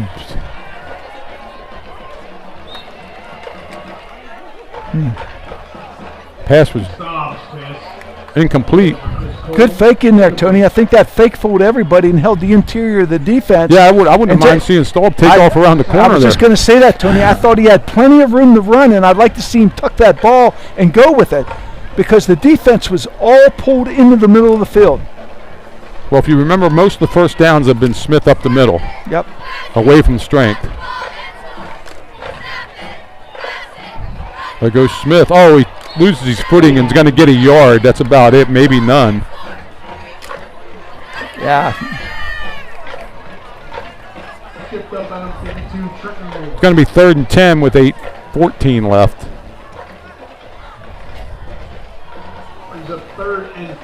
See what Coach Stahl comes up with here. This is our Coach Zortman. This is our first 3rd and long situation tonight. What you don't want to do is you don't want to force something here. If it's not there, you punt the ball. Punt the ball away. Stahl brings him out of the huddle. Looks like an empty backfield. 4 receivers over to the right. Quick out to 4, but it's covered very nicely and dropped for a big loss. Yeah. They're going to mark it at the 32 where he caught the ball. Did you get a number on that? Was that Warren, Charlie Warren? Yeah, I believe it was. Yeah, he read that from number 9 from the get-go. So Delone's going to punt. Looks like Smith's going to do the punting. Brings up 4th and 17 for the Squires.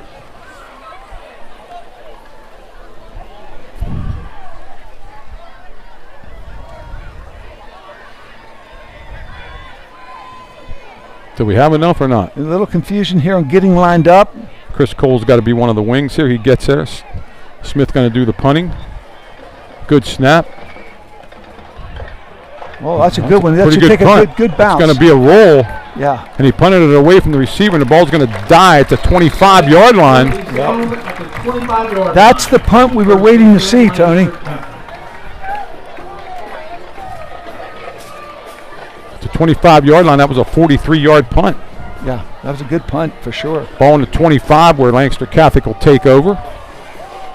Well, last series, Tony, we saw these Lancaster Catholic receivers get behind some defensive backs, and I think Delone needs to watch making sure that they don't give up the big play here. Yeah, because it looks like that's what Lancaster Catholic's trying to do. Give the way. Finds a little bit of roll. He's held onto there. Way off the right side. Got 5 yards. Let's see, was that Ford that made the initial hit?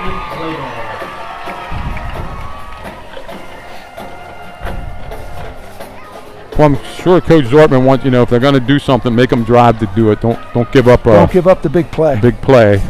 Yeah.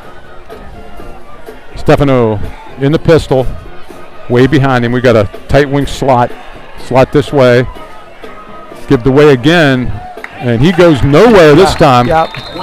He's driven back, and whether they're going to mark him at the line of scrimmage, it looks like they are. Maybe he lost a half a yard. Well, I thought Caden Hicks, number 6, made a nice play.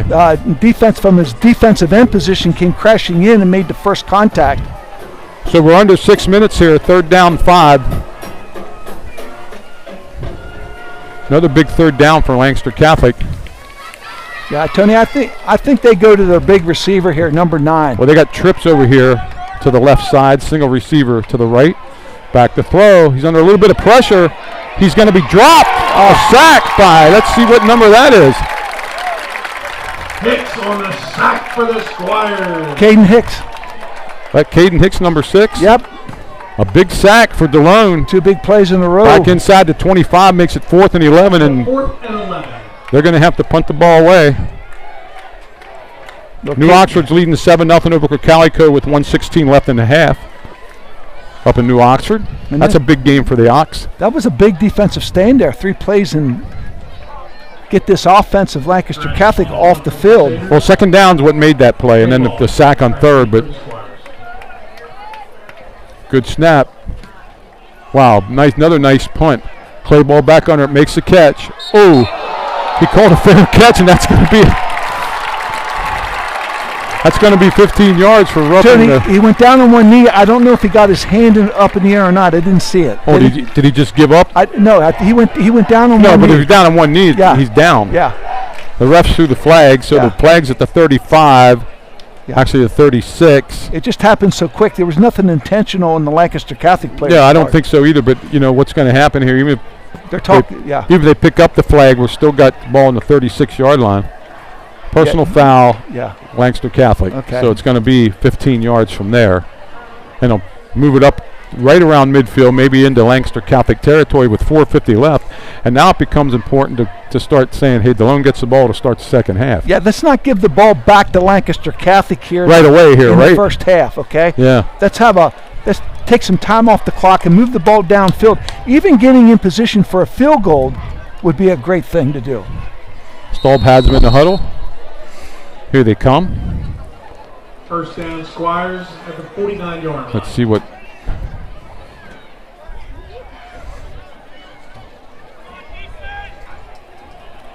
Counter crisscross. And Holtenstein gets maybe 3. Yep. Hohenstein off the left side for the Squires. Tough runner. He puts his head down and gets what he can. Yep. 2nd down, 7. Actually, let's see where they mark him. 2-yard gain brings up 2nd and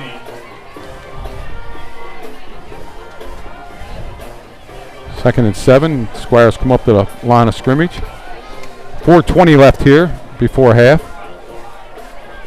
Trips to the right. Again, the counter crisscross. Tried it again, and this time it doesn't go anywhere. Yeah, Lancaster Catholic is on that. Yeah, they were waiting for that one. Yep, they were sitting there waiting. Play ball is going to lose 2 and bring up a 3rd down and 9. You know, one thing we haven't seen, Tony, is Zach Staub, the quarterback. If he gives that inside handoff and rolls, I think there's times where he's got space to run the ball. Keep it. Yes. Yeah. Tuck it and go. Let's see what happens here. Ford and Cole to the same side, trips. Staub back to throw. Has a man down the field, he breaks open, it's caught! Great throw and a great pattern. Logan Ford made a great, he broke off his pattern and Staub picked it up and hit him in stride. Well, you're right, Tony. It starts with protection at the line of scrimmage. Zach had time to scan the field, found that receiver breaking off his pattern, like you said. And did he deliver a beautiful ball or what? We got a flag in the field out there too, I think. Unsportsmanlike against Delone. I think we had a little bit of taunting after the play, but it's a dead ball foul. Yeah, so it's a 1st down. It'll stay 1st down, but it's going to move the ball back around the 30-yard line.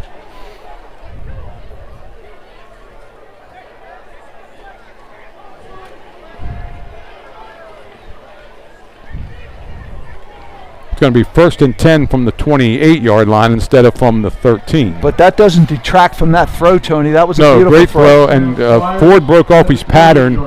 Yeah, I really was impressed the way Zach Staub had found him, okay, and delivered a perfect strike. 3:33 left here in the 1st half. Squires up 14-0. Again, we got the tight wing slot set.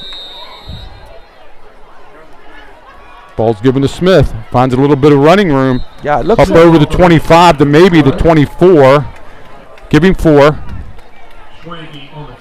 Yeah, Delone is more than holding their own at the line of scrimmage, Tony. I think they're doing an excellent job giving some room to these backs so they can get into these creases and get downfield and pick up 5-6 yards at a time. Again, 2nd and 5. Stay ahead. 2nd and 5. Let's watch the ref here. I think Coach Zortman's taking a little more time with the play calling to take some time off the clock. 2:55 left here. Delone spreads it out a little more this time. Give to Smith again. Finds a little bit of room. Keeps those feet moving, Tony. Keep the feet moving. Keep the feet moving. Oh, he held onto the ball. Does he have the first? I believe he does have the first. He's down to about the 17-yard line. That ought to be enough, and it is. Yep. First down, Squires at the 17-yard line. This is just what Coach Zortman wanted to see, Tony. Take all the time off this clock, go down and score. Right now, Delone's in a good position. And he still has 2 timeouts left if some of these guys are getting a little tired. We got 2:30 left before half.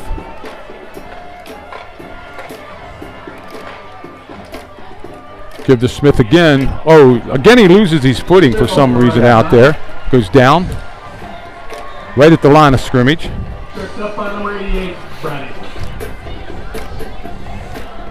Halftime, we'll send it back there. After we'll go over the scores of other games right before half, then we'll send it back to Danny Smith. I think Brandon's okay, but he might have got the wind knocked out of him a little bit. He's coming out of the game. Hohenstein going in. Yeah, he's gotten a drink. Smith's okay. He's getting a drink of water. Yep. Minute 50 left. Squires have the ball at the 17-yard line. Back to throw. He rolls out. Has a man out in the flat. Oh, just a little underthrown. He had Holtenstein wide open in the end zone, but he didn't see him. No, he didn't see him. That's going to be 3rd down and 11 with 1:38 left. And again, Tony, I thought he had some room to run there if he wanted to. Yeah, yep. Yeah, that's a throw Zach knows he can make. He should have made, just didn't get it there.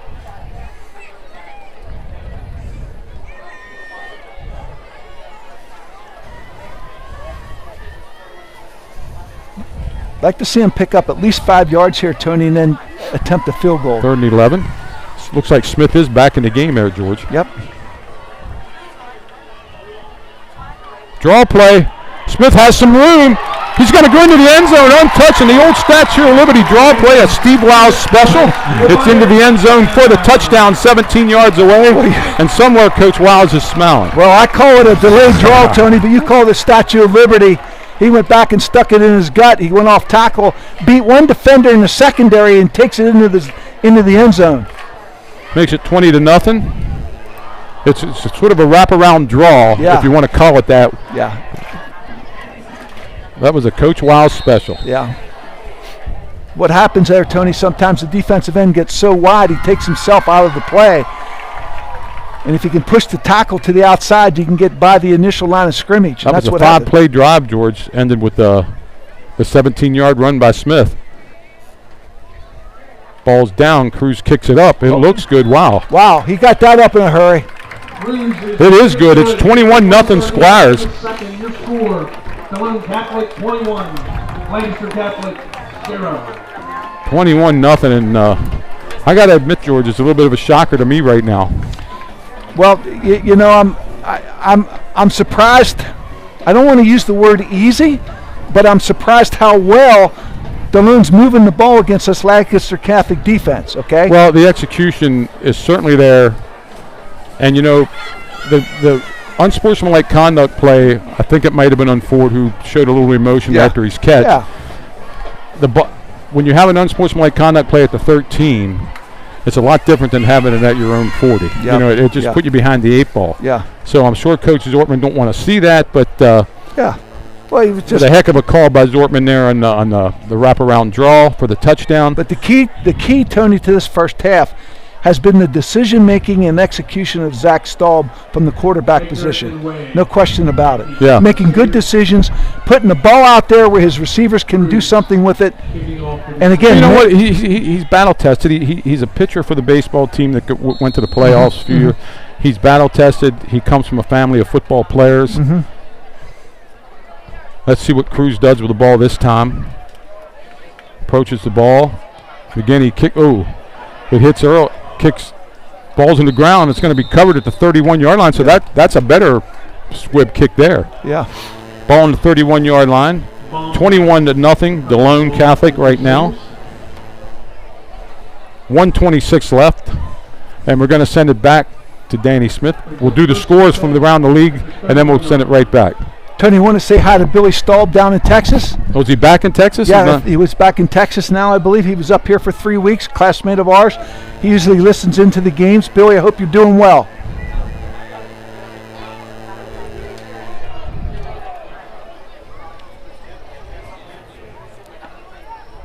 Empty backfield. Throws down the field. That's going to be too far, too. And it's just, what's his name? Just can't, the quarterback there just can't get. Yeah, a little more air out of it. Who was that? Well, my grandson down in Nashville, Tennessee, just sent me a text and said he got my shout out. Jacob, happy birthday to you, son. Happy birthday, Jacob. And it's second down 10, 1:22 left here. And George, those receivers, I don't want to put some fear into us here, but they are getting behind their defensive back. They've got the speed, and we're going to have to respect that speed a little bit more, I believe, Tony. Back to throw again. Another bomb. This one's overthrown again. Yeah, that's pretty good coverage right there. That was great coverage, but the ball, you know, third down 10, and if they don't get this, Delone has 2 timeouts to get the ball back again before half. Yeah, they stopped the clock twice, you're right. 21-0 Squires with 1:17 left before halftime. And you get into a game like this where if they're just going to go back and throw as a defensive end, you can just start teeing off too. Well, I'd like to see put a safety maybe a little deeper, but you know, who am I? Back to throw. Over the middle. Caught. Nice grab that time. Did he drop it? Well, they called it no good. The ball did hit the ground. Charlie Warren almost made a great grab.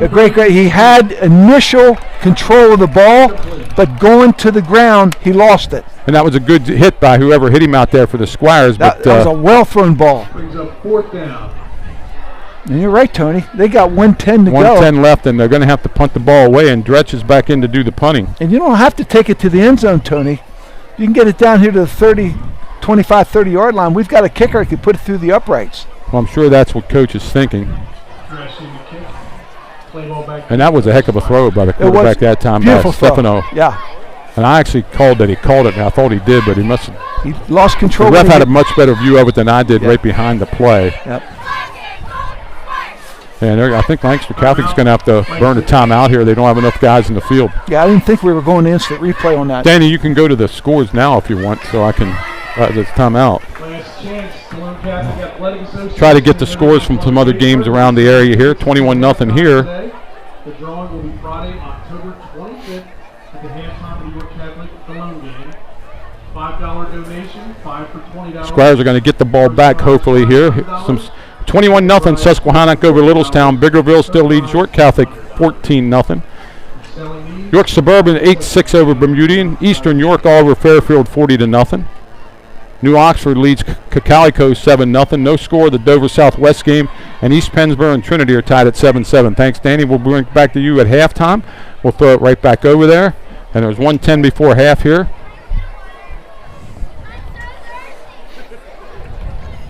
Number 20, Zachary Dresch, is back here to punt this ball, Tony. And he's been nailing the punts. Yep. Nothing wrong with his punts.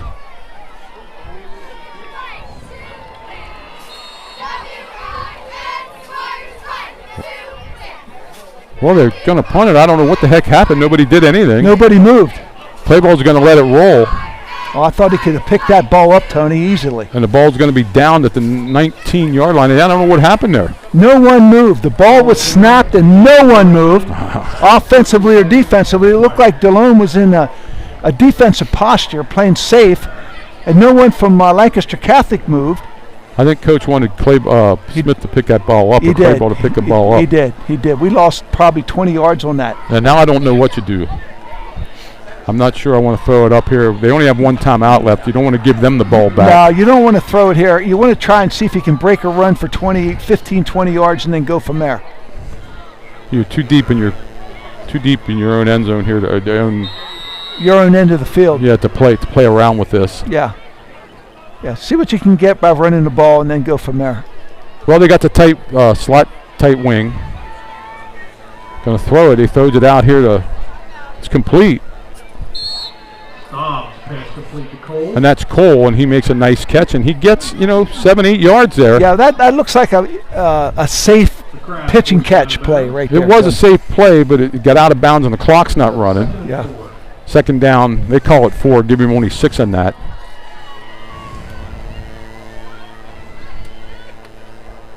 My sister down in Florida is listening. Getting a lot of good comments about the freshman number 11 out of the backfield. I think Delone might have been in motion there. It was. Illegal motion against the Squire is going to bring up a 2nd and 11. Well, that's the first penalty on Delone here tonight. Well, second. They had the 15-yarder down there. That's right. But false start, offense. I think we have to keep in mind here that Delone does get the ball coming out. We don't want to make a mistake here and turn the ball over down here. I agree with you, Tony. You want to call something safe here, really do. See, maybe you might be able to bust one from the line of scrimmage, and if not, you go in at halftime 21-0 and you get the ball in the second half. You feel pretty good about yourself against Lancaster Catholic, who beat Camp Hill 42-41 last week. 42 points last week, and they have yet to score this week, although, we can see from up here they're a whisker away. Yeah.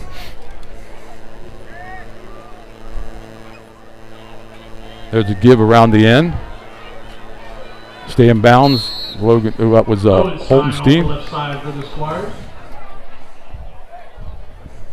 And it's going to make up a 3rd down, and if Lancaster Catholic don't use their timeout. And I don't think they will. Let the clock run down a little bit. 30 seconds, clock still running.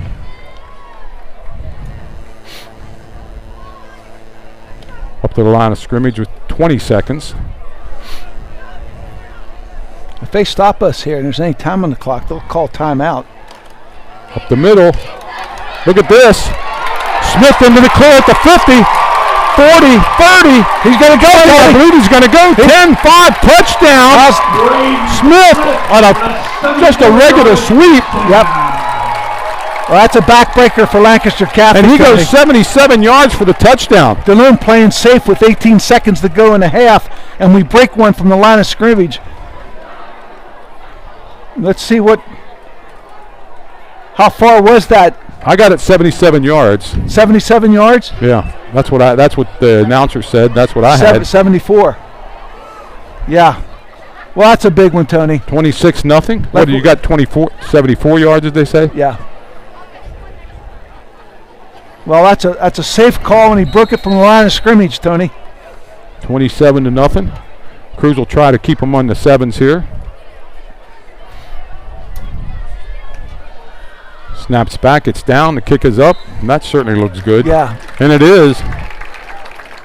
Cruz's kick is good. Cruz gets that ball up in a hurry. He's got a strong leg. 28-0, 74-yard TD, 3-play drive, 59 seconds on the clock, 55 seconds off the clock. Well, there's 4 seconds left. Yeah, a fair statement here, Tony. I don't think you or I expected this score right now at halftime. No, we did not. Thanks for the stats, Tim. But right now, Delone clicking on all cylinders.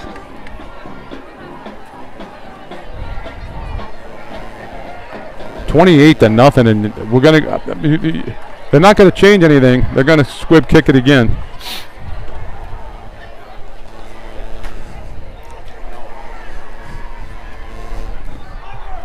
Yeah, squib kicking.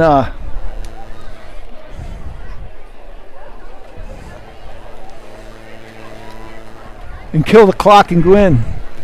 Go in the locker room 28-0. And then we get the ball. I shouldn't say we. Delone gets the ball coming out. Yeah. 28-0 Squires right now. And I'm not sure, to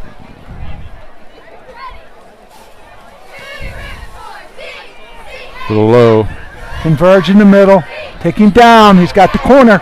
And down he goes, and that's going to be the end of the quarter. Yep. Delone gets 21 second quarter points to have a 28-0 lead here at halftime. And we're going to send it back right now to Danny Smith. Go ahead, Danny.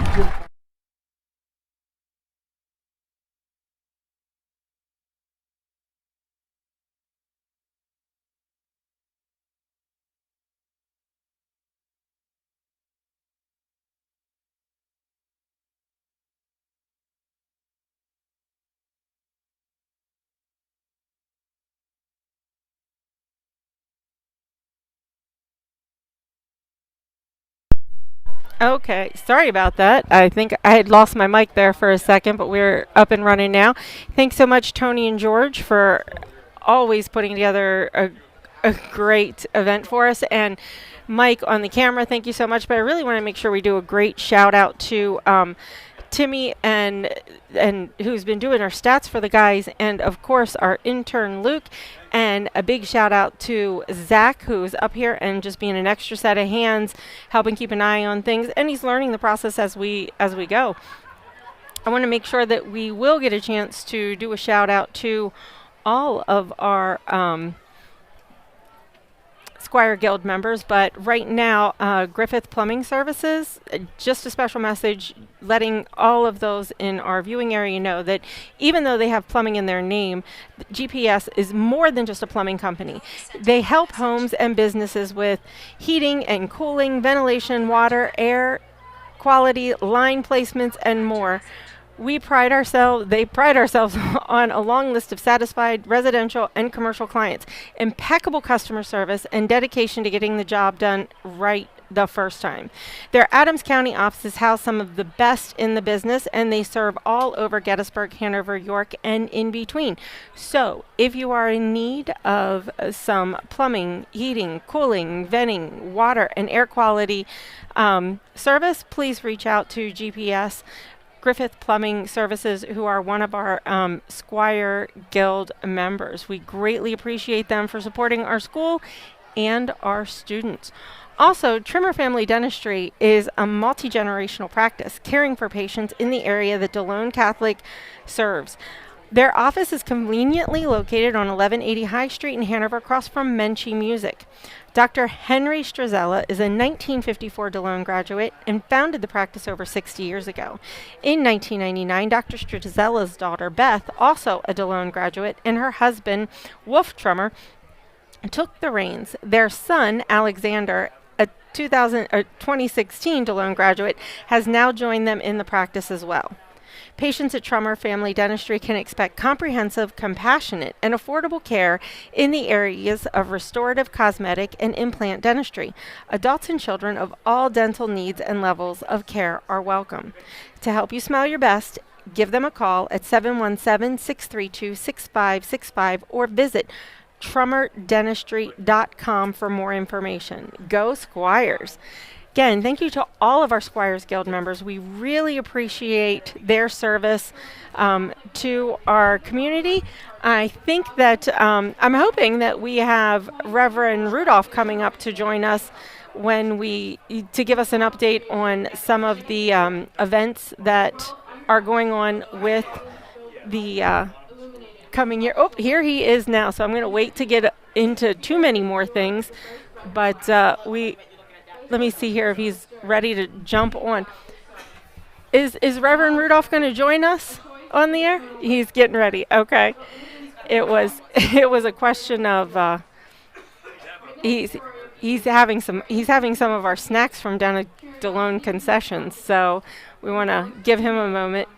But again, a shout out to all of our Squire Guild members. Again, it's really important to give these businesses credit, because their support helps fund our activities and helps keep our student programs going. So thank you, Trummer Family Dentistry, G&S Foods, Donald B. Smith Roofing, McSherrystown Home Association, Griffith Plumbing Services, the McSherrystown K Council 2551, and the Ladies Auxiliary, Hanover Auto Team, David Ross Orthodontics, Thrivent Molly Bruce, Conawago Enterprises, and Conawago Contractors. I'm going to turn on Reverend Rudolph's mic so he can give us the update of what's happening. Thanks for joining us. Thanks for having me. The first thing that's going on is what a night for Squire football, or what a half. 28-0 over Lancaster Catholic, so it's a great night to be a Squire. It's a beautiful night for fall Friday night lights, and a good crowd here at our school. So it's just a great way to start the Labor Day weekend. It is, and listening to the kids walk through the hall today, they were kind of, they weren't really expecting this. Even the players were like, yeah, we're going to get out there, we're going to do our best, but, this is not what they were expecting, so it's neat to see them really take and run with us. And young people do that a lot these days, especially with social media, and they know what's going on in other places. And I know I always talk to our kids at home and in the locker rooms when I was coaching here, that stop putting other players and teams on pedestals. Just get prepared to do your best, and don't be defeated before you even show up. And that happens sometimes, again, especially with social media, because you're so aware of what's going on. And I really think that Coach Sortman tries to prepare them well to focus on where they are. Even on games where I've seen they've really played their heart out, they haven't done their best, he uses that as a learning experience for the kids. So hopefully they're not, they're taking every win and every loss as a lesson, and that they went into tonight going, even if we don't win, we know we're going to get good experience from this. So it's great that when they get a win and get that experience. Exactly. Yeah, and it's especially coming off last week, we knew we would have a couple games in a row against competition that would be stiff, and so it's just nice. And then we got another half to play, and I'm sure Lancaster Catholic will make some adjustments. And, absolutely. And you gotta stick with it. I mean, we've watched many games on this field where you thought one thing was happening going into half, and the second half made it pear-shaped and took us in a completely different direction. Yeah. Well, I've had a fun week as athletic director and as dad here at Delone Catholic. I've watched several of our fall athletic teams compete. It started Monday night with our volleyball team, which my two daughters play on, Marley and Lydia. Just a little personal privilege there. But they traveled to James Buchanan, which is a really always historically a good league competition for us, and it certainly was that night. Our varsity won 3-2, and all 5 sets were exciting. And so that was a fun way to start the week, and a great way to start for girls varsity soccer or volleyball. Our soccer team that slipped in there as well by accident. Girls soccer off to a terrific start, and a great mixture of some returning starters and some new freshmen and sophomores that are inserted into the lineup, and they're just off to a great start. Now they did slip up a little bit last night against Holy Redeemer, but that's a very large school and coming off a state championship just a couple years ago. So they're sitting at 2-1, but in great shape. I know that we're going to have a terrific year for girls soccer. So I got to watch them play. I watched our boys soccer play this week, and they're very, very exciting, very athletic. And again, they're going to compete for league and district wins as well, and championships. And so they actually are going to be playing here in the stadium a week from tomorrow. So if you're free on September the 7th at 11 a.m., come out and watch our boys soccer. You won't be disappointed as they host Dover. Well, that's a great segue for me to jump in there and say we very much want to get home games, whether they're on the volleyball season or anything on the field here, out to you. But without commentary, that makes it real tough. I mean, we have the huddle, and that's great. But when we come on, we can use huddle if we're not here. But if anybody out there is interested in doing some on-air commentary and helping us fill in gaps for volleyball and soccer, because we do have some home games on these fields that Mr. Weaver and Mr. Nieder are great. They give a lot of time, but unfortunately for us, they can't live here and be here for everything. So if we have students or parents or alumni or anybody who's listening and you'd be like, hey, I know enough to get us through a game, come out or talk to Mr. Rudolph, talk to Mr. Smith, reach out to the school. We'll be happy to help you get on the air and work with us to do that. Right. Yeah, absolutely. I do want to just mention our golf team is, again, competing very well. Luke Riebert and Gino Giraffa are having great years so far. And one of the remarkable things about golf is he has 20-plus kids in the program. So the future is very bright for golf. Our tennis team today, they were competing at a tournament at the Dallastown Area High School. So I'm anxious to hear how they did. And then field hockey will be here on Tuesday night. If you want to check out our field hockey, our ladies play at 4:15. They host Biglerville, and so I think I've mentioned all of our fall sports. So if I missed anybody, it was not on purpose. But we direct you to our social media and to our website to get the full schedule for our athletic events. We appreciate everybody's support, and all the teams love to have you in the stands. And again, if you can't, check out DCBN on our YouTube channel. And most of our home contests, certainly inside the stadium, you can catch, even as Danny said, even if there's not commentary, which we want for every game, if we can just get the help and support for that. Oh, absolutely.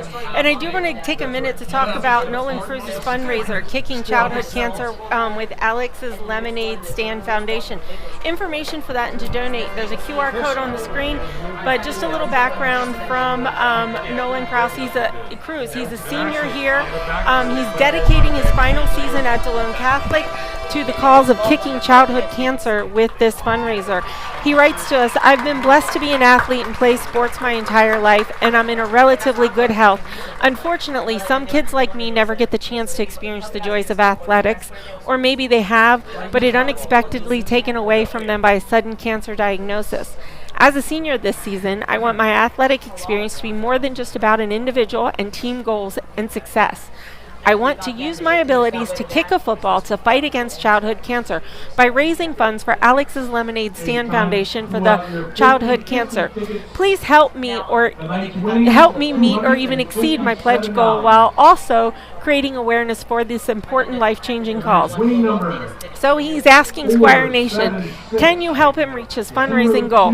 Visit his website, www.alexlemonade.org/2024/kicking-childhood-cancer to pledge your support, or take the simple route go to the QR code. That'll take you right to the information. You can also find this information on the news section of our My DCHS app or on the Delone website. I think the guys are ready to take back control of things.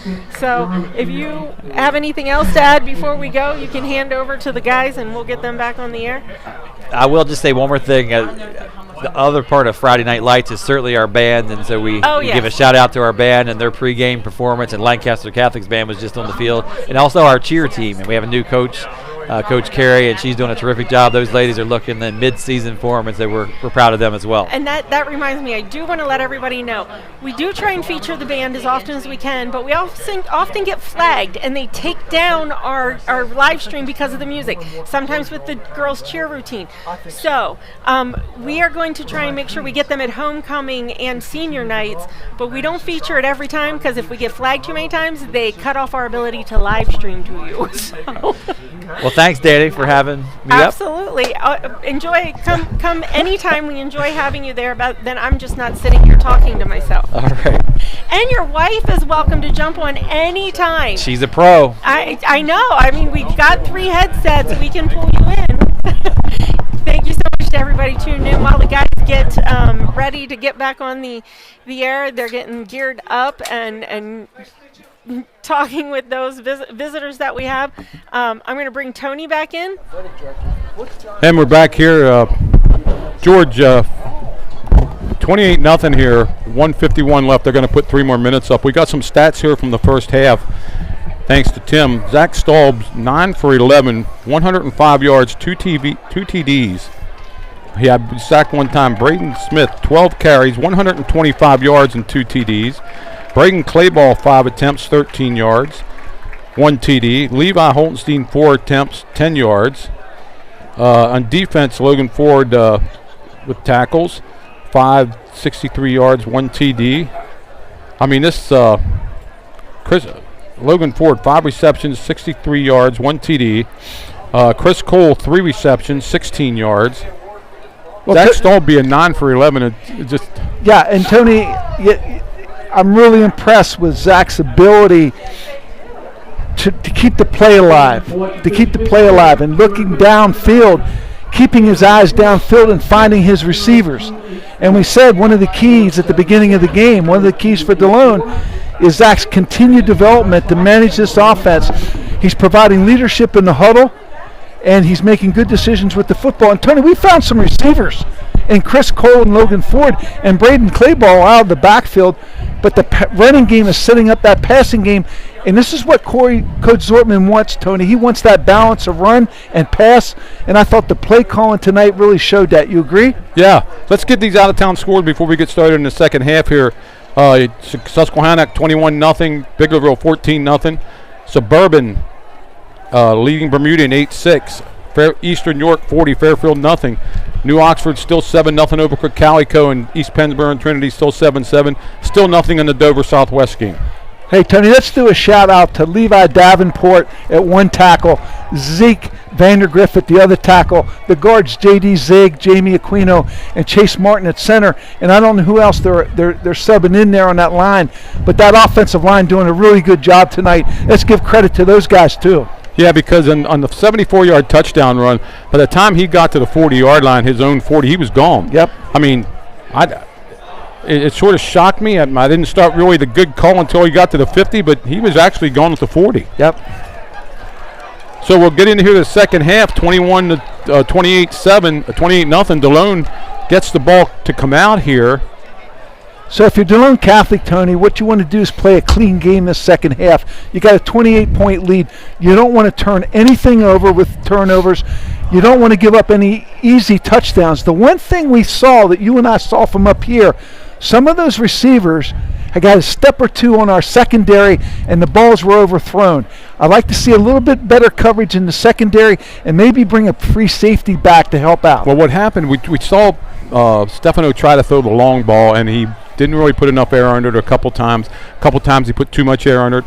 But on the one that really was a real nice throw, he hit the man across the middle. Yeah.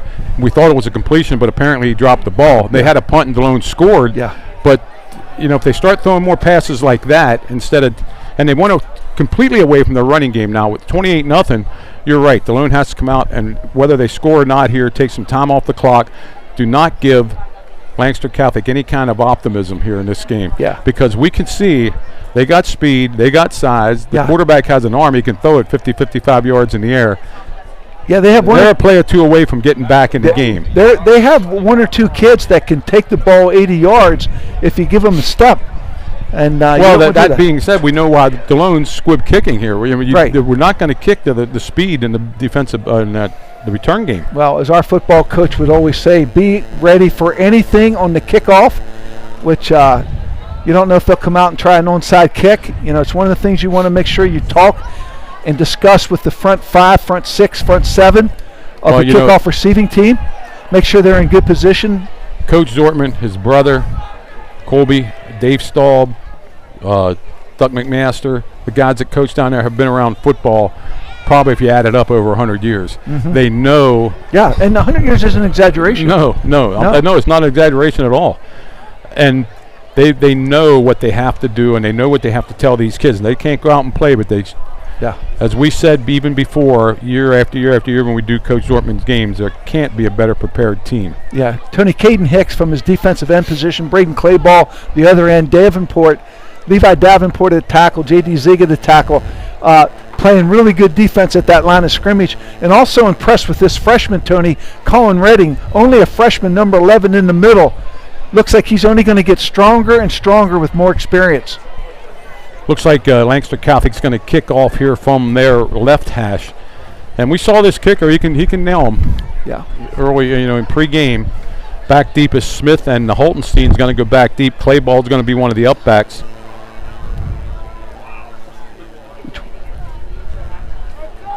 Delone's going to put out there a 5-4-2. It looks like Coach Zortman has him ready for the onside kick. Yeah, I think he should bring that second line up a little bit. I think that's important. 27, we see him boot the ball. Logan Krotz is going to be the kicker.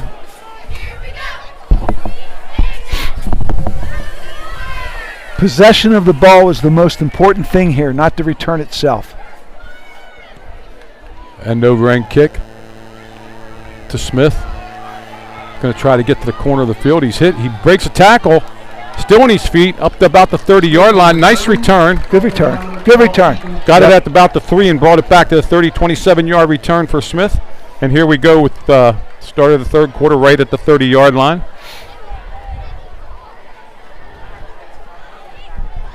And at the very least, we want to take a little bit of time off the clock here. Yeah. 28-0, Tony. Yep. Squires come up to the line of scrimmage. They like this tight wing set. Back to throw. Quick bout to number 8. And he's going to get maybe 5 yards. That was Cole. Give him 4 yards. Second down. Chris Cole, the 5'10", 160 senior, number 8. Just playing some pitch and catch there. Did that surprise you, the first it did. I would have liked him, as you said, as our cameraman Mike Knoll said, I like for him to stay in bounds and let that clock run. Well, he got almost 5 yards. Yep.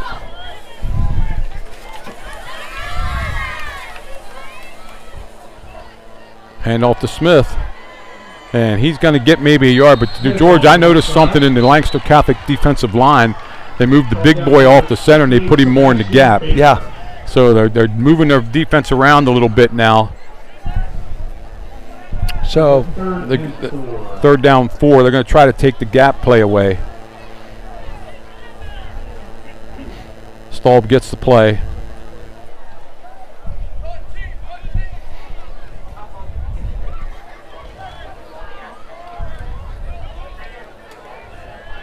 Set up for that counter crisscross here, George.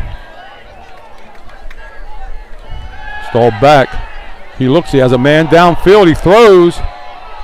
Oh. Well defended. Well defended by Brandon Way. Yeah, well defended.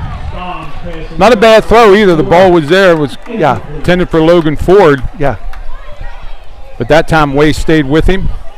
Malone's going to have to punt the ball away here from the 36-yard line. They only took 1 minute and 2 seconds off the clock, 10:58 left.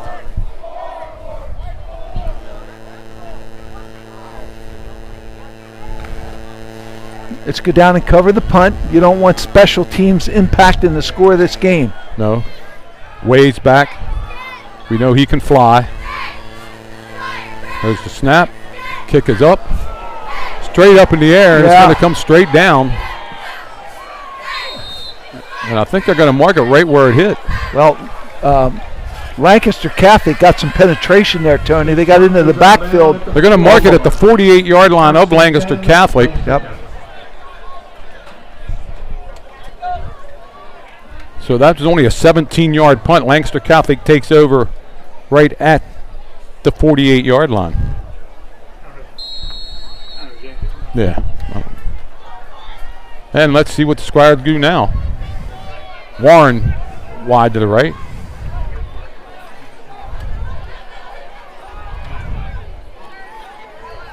Pass out the way. He's dropped after about a 3-yard pull. The ref goes down over that sideline hard. Yeah, I don't know what knocked him down there, Tony. Well, the two guys were blocking each other and ran into the ref. Yeah, he went down very hard. He's slow to get up. Looks like he's going to be okay. Looks like he's gathering himself over there. But that was quite a collision. A pretty good reaction. Give away 3 yards. Yeah, pretty good reaction by the Delone defense there on that swing pass, Tony. But I think you're going to see the ball in the air quite a bit here by Lancaster Catholic in the second half. And the clock's going to start running. I thought it should have. Yeah. Double wing. Give it away. He tries to make it up the middle, but he's only going to get maybe 2, and it's going to bring up a very important 3rd and 5. Yeah, I think this is 4-down territory for Lancaster Catholic, and they're gonna play it like that. They've got 2 downs to pick up 5 yards. I can't see him punting here. Quarterback's getting the play coming in. Again, that's Stefano. Yeah. And let's see what they got. Let's see. They got trips over here to the right. Single receiver out to the left. Way behind the quarterback. Back to throw. Man in the flat. It's caught. Missed tackle down the sideline. And the ref has him out of bounds. He stepped out of bounds at about the 32-yard line. Going to be 1st and 10 there. Well, it looked like we were giving him a little bit of a cushion there, Tony. Henninger caught that ball. On that out route and broke the initial tackle but got knocked out of bounds. But an important 1st down for Lancaster Catholic. Yeah, big one. Keep this drive alive. Keep the momentum going here for Lancaster Catholic. 9:51 left here in the 3rd quarter. Charlie Warren splits out to the left. You got to know where he is. Give the way. Quarterback tries to take it up the middle, but you know who made that initial hit? Tony, that was who's on the bottom there? Well, Tony, I'm going to say Caden Hicks made the play initially because he closed so quickly. The quarterback pulled it out of the belly of the halfback, and there was nowhere to go. And Clayball wrapped up the quarterback and dropped him. Yes. Loss of 2. 3rd down 12. 2nd and 12. 2nd and 12, I'm sorry. Double wide splits. Back to throw. Quarterback's under a little bit of pressure. He's being hit. Gets away again. Comes out this way. And he's going to be dropped at about the 38. Still no gain. Yeah. Or I guess. Let's see where they marking. Well, a lot of running there for maybe a yard. Yeah, it looked like Braden Clayball put the initial pressure on the outside there, Tony, and almost got him down. He had to reverse his field position, and the Delone pursuit just caught up with him. Yeah, it was that Clayball that got the initial rush there. Yes, it was. I believe it was. Okay. 8:40 left. The Squires face another crucial 3rd down here by Lancaster Catholic. 3rd and 11, but like you said, I don't think they're going to punt here. No. Trips over to the left. Single receiver out here to the right. See if Delone brings some pressure up the middle. Throwing it into, I think that's too long too. What a grab. Did he get it? Made a great effort. Because that ball was a little overthrown too. And Charlie Warren, Tony, that's that senior wide receiver, 6'4", 185. He can run well, and that was just off his fingertips. Just a little too far. Now it's 8:20 left here, and it's a big 4th down here for Lancaster Catholic. 4th and 11, ball at the 33-yard line. 8:20 left. Let's see what Coach Mariner draws up here. Delone brought some pressure last time up the middle, Tony, but Lancaster Catholic did a good job of picking it up. Look at this set. 4 receivers over this way. And he's going to send. Now we have motion across. We needed another guy on the line. He filled that position. Way across the middle, incomplete. Yeah. Ball was thrown too high, and Delone's going to take over up here at the 33-yard line. Well, good job. Good job, Tony, setting the edge again, forcing the quarterback to stand up in the pocket and get rid of that ball. Yeah, he fought off what looked like a hold up here, but he did spin out of it and keep the quarterback in the pocket. Quarterback had his man open, but again threw the ball just a little high. Yeah, well, good stand by the. So Delone actually makes some yardage here up to the 33-yard line. Yeah. See if we can get this running game going here a little bit. The little punt, the small punt didn't hurt him. Oh, he's got him wide open. Wide open down the field. Holtenstein has the catch. Down to the 25-yard line. Tony, I think that play call fooled everybody. I think Lancaster Catholic was expecting, okay, Delone's going to line up here and run the ball. And a surprising call. He hit Holtenstein out of the backfield. Yeah. What a catch. What a pattern. Staub just had enough to get it there. Yep. Ball on the 25-yard line. 8 minutes left. Clock running. That definitely changes field position for sure. Yeah, flip the field position if Delone don't make any mistakes here.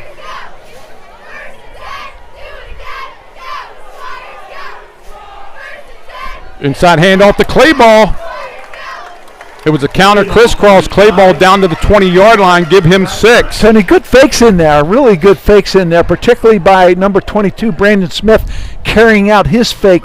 Something that's not probably taught well enough on a high school level. Yep, carrying out your fakes is so important. Big, even in the wing T offense, you got to carry out your fakes. Absolutely. If it can just hold that linebacker just for 1 second, it makes a big difference. 2nd and 5. Stall back, throwing quick, and that ball going to go nowhere. Ford catches the ball. That's Cole. Yeah, we got to make that block on the outside there. If we don't make that block, that play doesn't go. Back to the 22, and it's going to bring up a 3rd down. Clock running. We're now under 7 minutes. Tony, you talked to me. We talked at halftime, 28-0. If Delone would score here and go up 35-0, the mercy rule would take effect. It would, and the clock would run all the time. Yep. Let's see what Coach Staub draws up here. Staub back straight away. There's a fade into the end zone. I think it's a little too far. He had him open, but he threw the ball that nobody could get it but Ford, but it was a little too far for him, too. Tony, I think we're going to see an attempted field goal here. Maybe. Well, let's see what happens. And we're going. Wow, it's going to be a boot. This is a 38-yard field goal. Yeah, this will be. I got 38 yards on this field goal. You're right, Tony. 38-yard field goal by Cruz. We know he has the foot to get it there.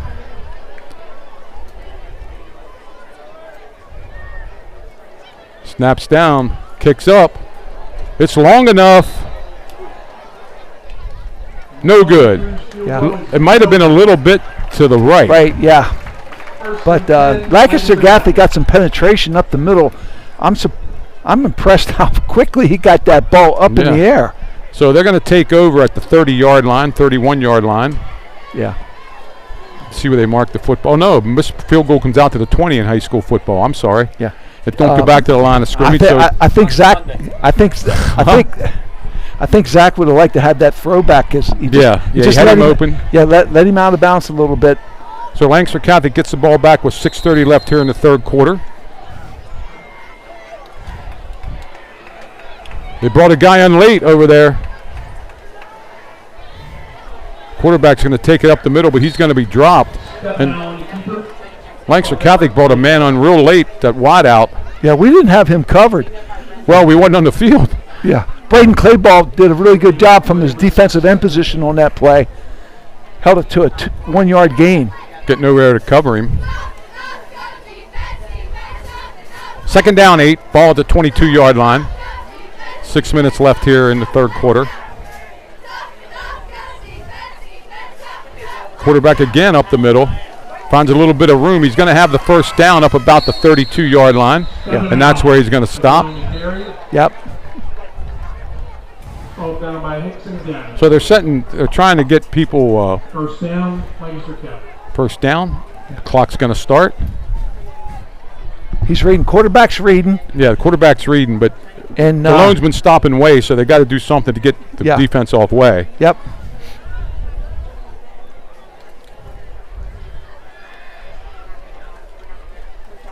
There goes Way.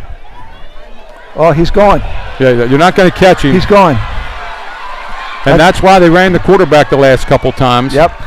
So Way goes 68 yards for the touchdown, and that's something we didn't want to see. Brandon Way, Tony, he's only a junior running back, 5'9", 170. He's the featured back in this offense, and you can see the speed that he has. Dalone's kept him bottled up all night, but not on that play. He takes it to the house. 68-yard TD run makes it 28-6. Yep.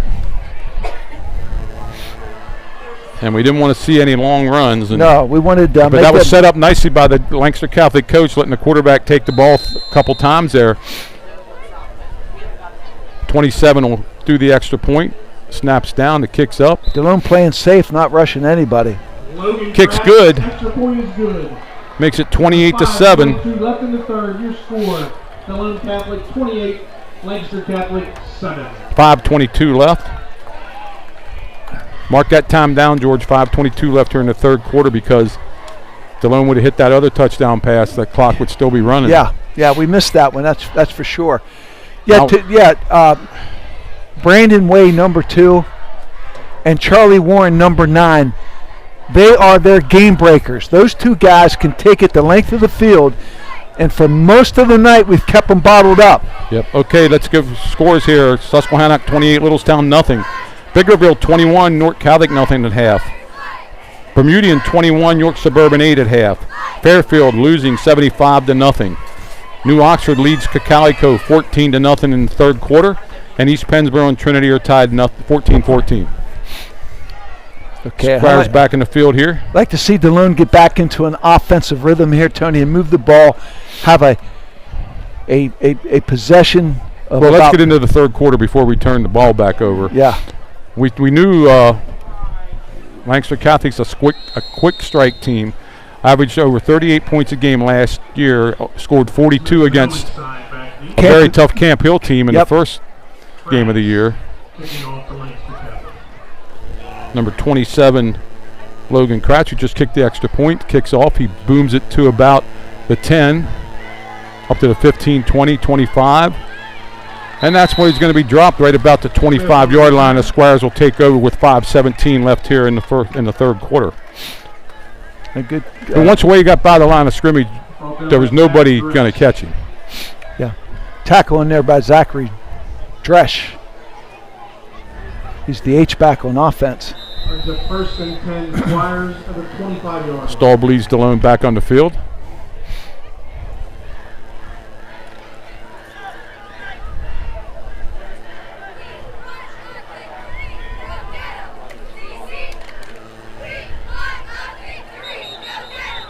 And Delone again is going to be penalized for motion. That hurts, puts him back to the 1st and 15. Oh, behind the sticks, that's not what we want.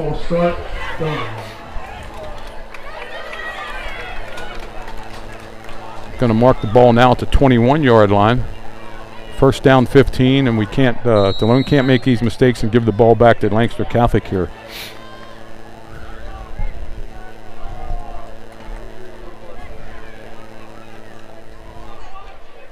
Pretty decent crowd here at JT Flaherty Field here in the campus of Delone Catholic High School tonight. Forward in motion again. Counter crisscross to Holtenstein, and he was a step away from breaking that. Yep. Got tripped up. Going to get maybe 1 yard, make it 2nd down and 14. I think that was Zachary Dresch on that tackle. 2nd and 15.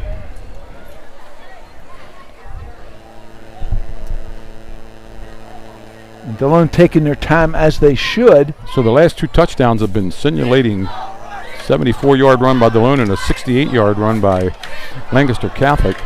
Yep. Squires up to the line of scrimmage now.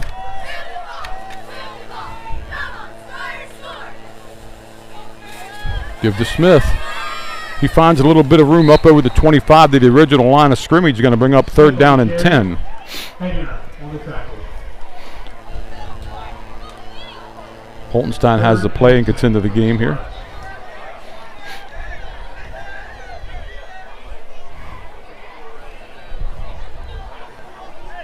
Clock winding down here in the third quarter. 4 minutes left. This is a situation we didn't see in the first half. These third and longs, Tony. We kept and then it's put behind by a penalty. Yep. Stalled back to throw. There's nobody there. He's being rushed. And he throws it out of bounds. Good play. Yeah, that's what he needed to do. Yeah. It was supposed to be a screen to Holtenstein, but it was covered. And it was well read by Lancaster Catholic. Zach did the right thing. Throw it out of bounds. Go to fourth down and punt the ball. And Lancaster Catholic got what they want. They're going to get the ball back here. Yeah, and you can see who's back there, Tony. Brandon Way. We need to punt the ball away from him. Directional punting maybe to this side of the field towards us. Well, they did that the first time they punted, but the last punt just popped up in the air. Yeah. So. Yep. Good snap. That's a better punt, but it's going to be fielded by Way. No, it's going to bounce. He lets it go, and he's going to be hit nice and dropped. Is that Hicks?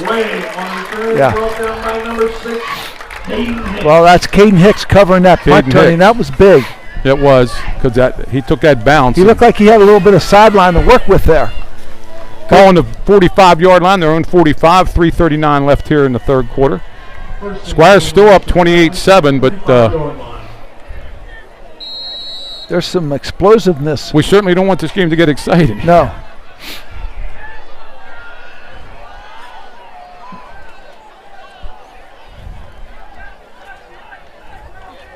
Back to throw. He's being rushed. Throws it downfield. It's a little long. What a grab. Oh, great catch by number 2, Way. What a catch. Well, he threw it into a crowd. There's no doubt about it. But number 2, Brandon Way, came down with it. And Lancaster Catholic moving the ball downfield. They have the ball on the 39-yard line. 39-yard line. That was a, let's see, and between 16-yard pass. I keep saying that. Brandon Way and Charlie Warren, they're athletes. They're going to get the ball in their hands.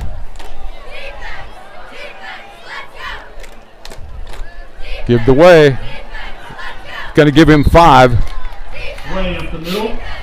Brought down by Colin Redding. Colin Redding, the freshman, makes a tackle. Second down 6. Looks like they brought their H-back, Zachary Dresch, in motion. Yeah, they're using him as a fullback now. Yeah, and kick that defensive end out and run in there off tackle. And you're going to get that again. Pretty similar call right there. Way's hit and dropped. Yeah. Going to bring up a third down. Smith and Hohenstein on the tackle for the Squire. See where they mark it. Third down 4. Nate Smith coming up from the secondary, Tony, put a pretty good lick on him and stood him straight up.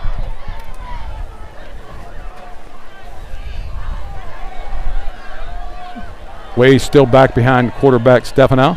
They spread us out. They got the coverage they want. Little dump to Stefano, incomplete.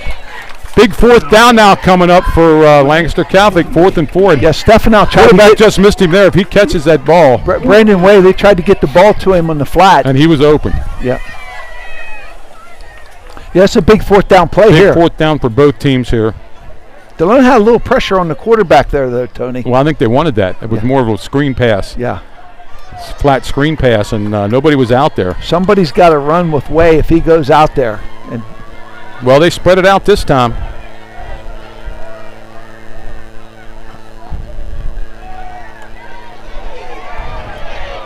Pass down the field. Ball's picked off by Delone. Smith has it. And he's going to bring it back to about the 35-yard line. That ball was bobbled out there, and Smith picked it out of midair and brought it back to the 35-yard line. Well, it started with good pressure, Tony, on the quarterback. Somebody's hurt, though. And he knew it was fourth down. He had to throw it up. And one of the Delone players is down. There's quite a collision there. That might be, I hate to speculate, so we'll just let it go until we find out who that is. 1:53 left here in the third quarter. And the ball was... We have some flags that went down too, Tony. 2 flags went down at the end of that play. At the end of the play? Yes. So the referees sort that out. But the first concern is the. Well, it was after the interception. I think. Oh, yeah. So Delone has possession. Yes. Yep. And I watched the play. The kid for Lancaster Catholic actually had his hands in the ball first. Yep. And it is Smith getting up and walking off the field on his own power. But it starts, Tony, with pressure on the quarterback, which forced that throw into the middle. Now here we got the flag. Let's see where the flag is. And let's see what the call is. Personal foul. Okay, what do we got here? Personal foul.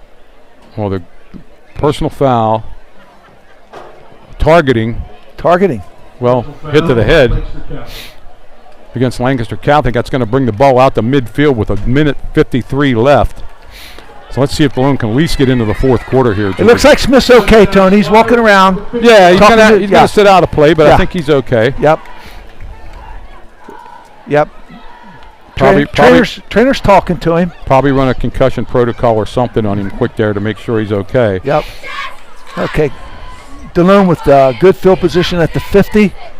And that was a big stop by the Squires. That was a big stop. Smith picked that ball off out of midair.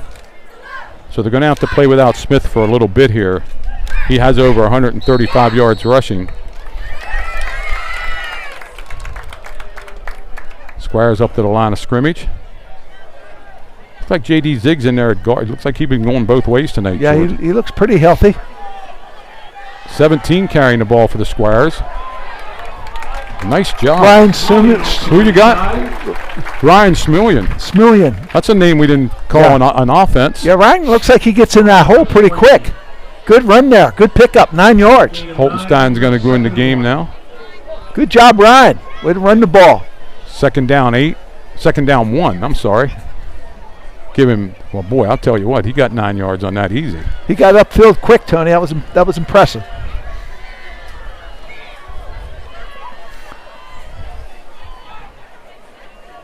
Give to Holtenstein. He has the first down. Keeps those legs moving. He's going to be knocked out of bounds over there in the far sideline, but he did get the first down first. Yep.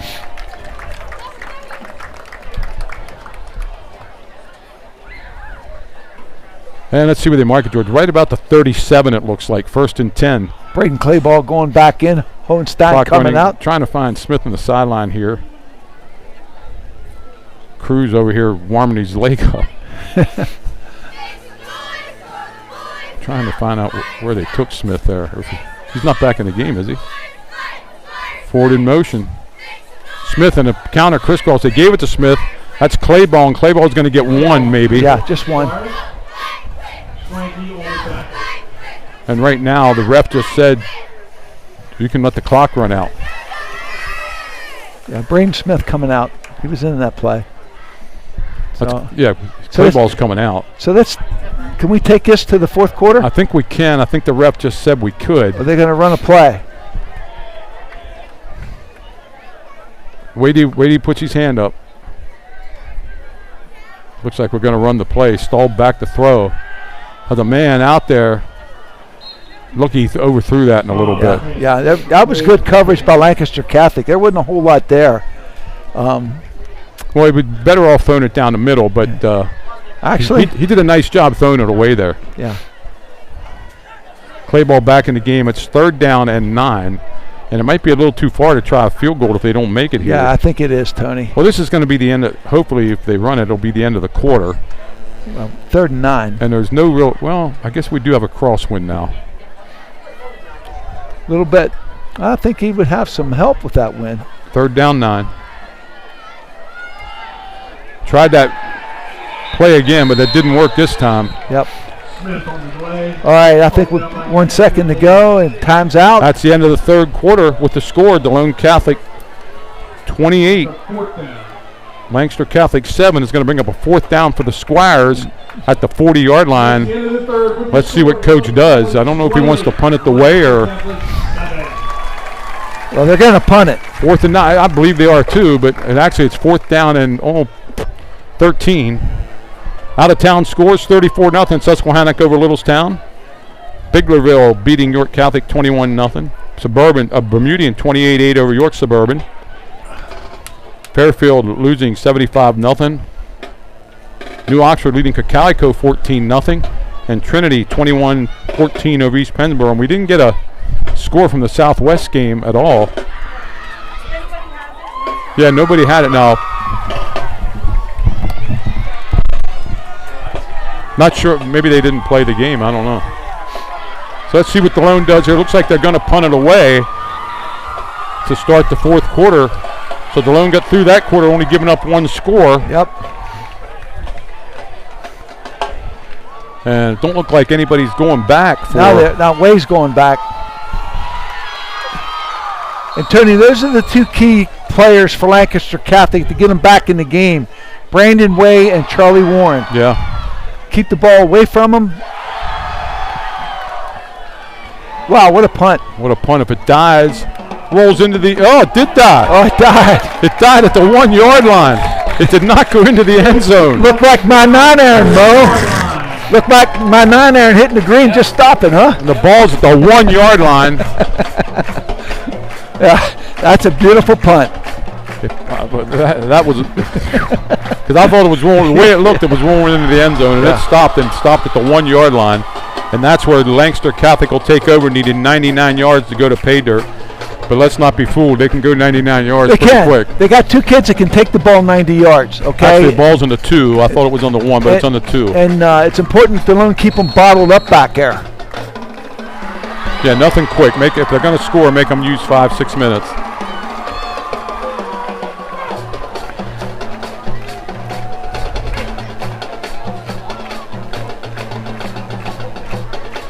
Ball's dropped out here in the flat by number 20. Yep. Derek Dretch, Zachary Dretch, but I don't think he's going to get much anyway. No, that was pretty well defended. He's had H-back, Tony, sneaking him out of the backfield. They were looking for him as they ran the other receivers deep up down the field. You know, I'm trying to... New Oxford's leading 14-0 at the start of the fourth quarter. 3 minutes left, 21-0. I'm sorry, thank you. 21-0 New Oxford over Cocalico.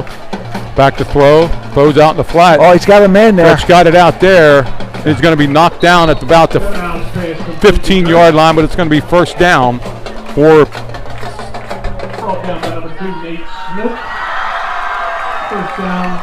That was Dretch, wasn't it? Lancaster Catholic moves the sticks, and a shout out to Billy Staub down in Texas, who says he is watching the game. Hope you're doing well, Billy. Had a great time playing golf with you last week. Lancaster Catholic out to the 15-yard line, 1st and 10. Dretch goes in motion, comes back. Hit it up in there off tackle. Nope. Quick pitch. Yeah, well played, Tony. Well played. They only got a yard on that. That's Colin Redding, Tony. Number 11, Colin Redding, freshman. He sort of has a football IQ, doesn't he? He does. He read that play real well and came up and made that tackle for a 1 yard gain. And we're under 11 minutes now, clock running. Yep.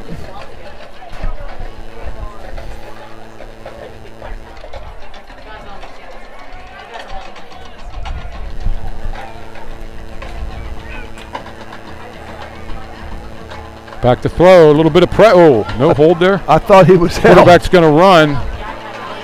He's free now, but he's going to be dropped up about the 30-yard line. J.D. Ziggs said I was held. Is begging for a holding call. He's not going to get it, but you got to keep playing the game. You can't stop. And they still have 70 yards to go. The clock's running. Yeah. But I agree with him here. I thought he might have been held. Yeah, I do too. You know what? They let him play all night long. Ain't no use stopping now. Yeah. Looked like they had him up high at the shoulder pad. That's what he was complaining about. Faked away. Trying to throw back this way. Got him out here. Somebody's going to have to catch him. And they drop him. Not a first down up around the 36-yard line. Yeah. They're finding ways to get it away. And I think they're going to soon take a shot here with Charlie Warren, number 9.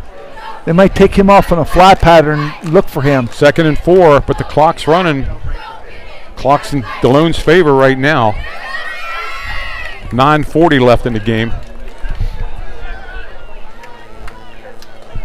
21, Brandon Rudolph. Give the way.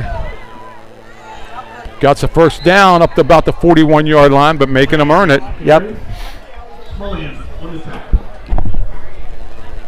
And the clock's going to run. Ryan Smolian coming up from his secondary position, making a good tackle there.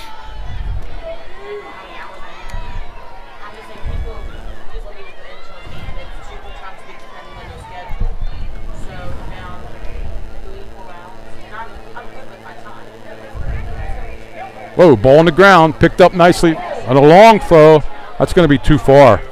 And he just can't seem to connect in them long bombs. No, he had a step on the defender. Well, they had a step all night on our defenders. Yeah. Our guys have got to be getting pretty tired out there. Yeah, that's right.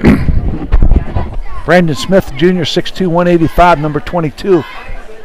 In coverage there for Delone. And Delone, we're getting away with not playing the safety too, George. I mean, I think we're playing man-to-man coverage the whole way. Yeah. And the reason I say that is because number 20 went in motion down there when he dropped the ball at the 4. The inside backer came with him. Yeah. 9:01 left here in the third quarter. Back to throw. A little bit of pressure. Gets loose, throws, nice catch. Out here about the 46-yard line. We got a late flag there, Tony. I don't know what that's all about. Over here? Yeah, in the backfield there. Good play by the quarterback. It might have been a hold then if it's in the backfield. Holding. You got it, Tony. Holding. Yeah. Well, usually when it's dropped in the backfield, that's Yep. what it is. Yeah. We got a ref behind us here. He'll confirm that. Usually when it's dropped in the backfield, it's a hold on somebody. So that's going to send them back 10 yards from the line of scrimmage. Take away a pass. Still stays second down now. Actually, that puts them behind the sticks, and that's what Delone needs. Don't give up any big plays.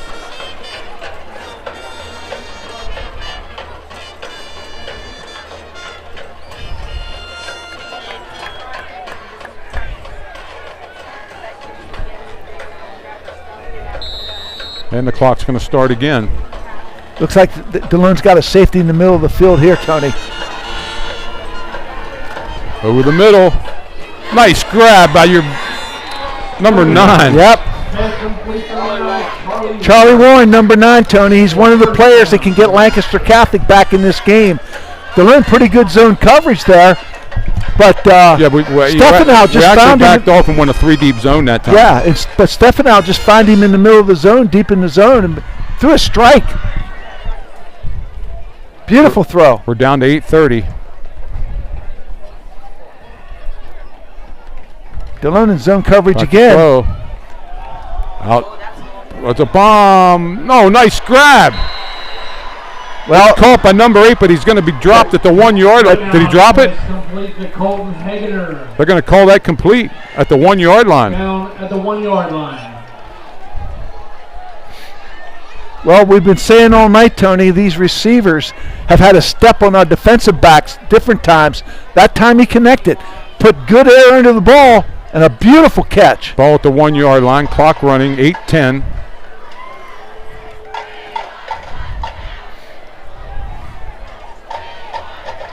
Oh, somebody's wide. Okay, they got him covered out to the right. Way's not going to get in here. So a little more time's going to run off the clock. From them, number 11, Colin Redding. No game on the play. Good tackle by Colin Redding there, Tony. Well, the big thing is it takes at least another 20 seconds off the clock. Yep. Final score for New Oxford Calico. 21-0. New Oxford beat Calico. 7:30 left here at JT Flaherty Field.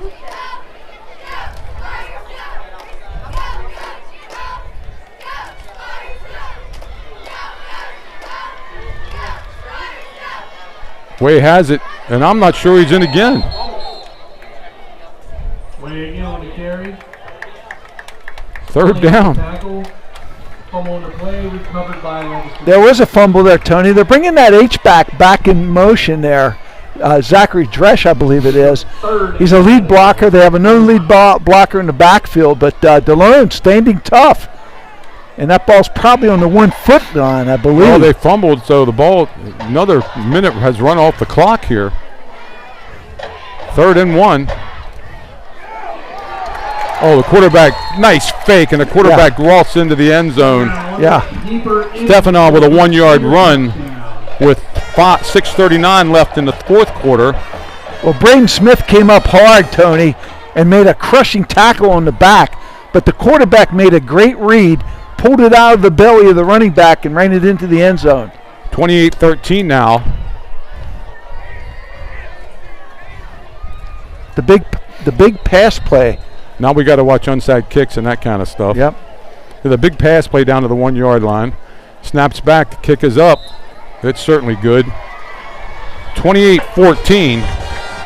Logan Kratz with the extra point. So with 6:39 left in the 4th, your score, Delone Catholic 28. 34-0 Susquehannock over Littlestown. Biggerville 21-0. Bermudian 28-8. Cocalico, the game is over. 21-0 New Oxford. They're 2-0 in the year with a big game against Southwestern coming up next week. Trinity leads East Pennsboro 24-14. Tony, one of the things we shared with our listeners was Coach Zortman pointed out to us that he was concerned about the fatigue factor. He thought last week they got out of the gate real well the first half. They got out of the gate real well in the second half. But as the half progressed, he thought his team got worn down. And it's important that Delone can finish this game. Yeah. And take your time, run the ball, see what happens here, get a first down, go from there. Make sure they don't onside kick it. Actually, Zach Staub going deep. They got all the hands team up here. Yep. I don't know if right now is a good time to onside. Do you think Lancaster Catholic wants to give up that much field position? I would not. I would kick it. There's so much room down there. I'd kick it to an open space, cover the ball, try to get a 3 and out and get the ball back and score quickly. And then maybe think about an onside kick. 6:39 left here in the game. Both teams have 3 timeouts left. Delone has not scored here in the second half, but to their credit have moved the ball a little bit. Yeah. And have eaten some clock up, and the defensive effort there, not letting them in at the 1-yard line, took another minute and a half off the clock. Yeah, that was and really, quarterback made a great play, making a good read, pulling it out of the belly of the running back and running it into the end zone. Ball did not go 10 yards, but Delone recovered it anyway. Yeah. It's going to be number 2 for Delone. Nate Smith, senior running back. So Delone takes over at the 49-yard line. The ball didn't go 10 yards anyway, but Delone's going to take the ball.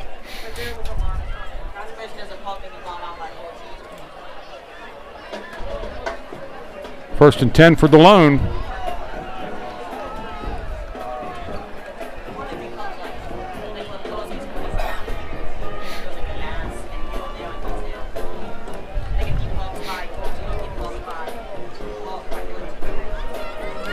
Well, the officials are talking about something, There's Tony. nothing to talk about. It's Delone's ball. Illegal touch. Delone's going to get the ball. Actually, I guess somebody from Susquehannock, somebody from Lancaster Catholic touched it up the field here further.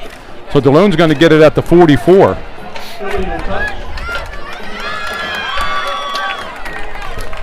Well, we got to get a couple first downs here. Be able to run this out here.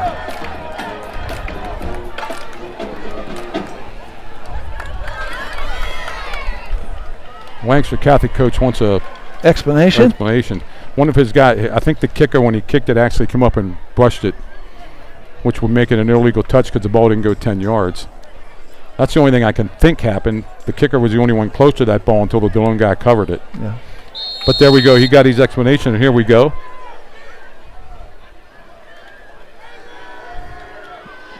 Smith up the middle. They're trying to pull the ball away. Yep. He holds onto the ball and picks up 3 yards. Yep. You hit it there, Tony. Ball security.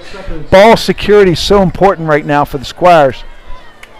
Now we got to start watching the ref's hand, I would think. Yeah, take some time. Don't get up to the line of scrimmage too soon. Take a little bit more time.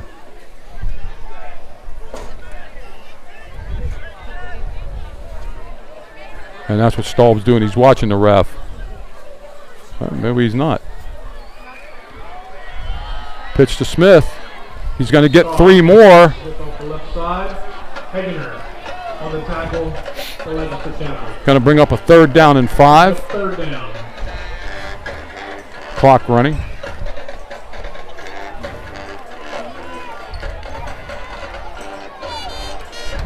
See when Lancaster Catholic figures they have to start using their timeouts here. Well, big 3rd down play here for the Squires, Tony. If they get, I think they're going to go 2. I don't know if they can get 3 yards here. I think Coach Zortman will go for it on 4th down. Let's see what happens.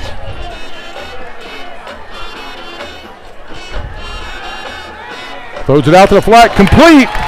It's going to be a 1st down. And it's Logan Ford, and he's going to have the 1st down. Well, great job by Zach, Tony, putting that ball in a position where Logan Ford catches it in full stride and gets to be able to turn upfield right away. At the 19-yard line, and a gutsy call by Coach Zortman there. Yep. And we'll have to see, like I said, when Lancaster Catholic coach figures it's going to be time to start calling his timeouts. Yep. Because Delone's in field goal range now.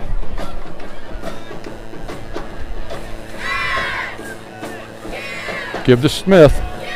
Breaks it into the clear over the 15 down to about the 13. Yeah, I like the run there. Getting straight up field. They're going to mark it at the 13-yard line, gain of 5. 2nd and 5. Like to see Delone taking a little bit more time. As you said, watch that official with his hand in the air and then start your calls at the line of scrimmage.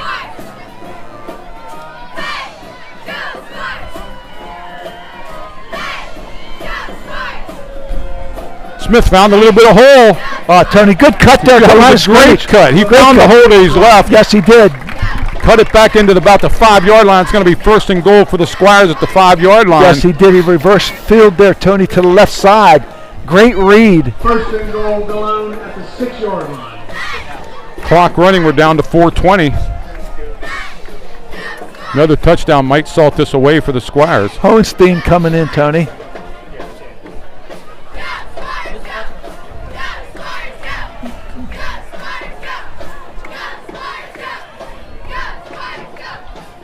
Wonder how many carries Brandon Smith has, Tony. Well, I'm sure our stat guy has that. Smith again. Again he goes to the left. Yeah, he's close. He's down inside, close to the 1. He was down. His knee was down. He was down. Our stat man will tell us how many carries he has.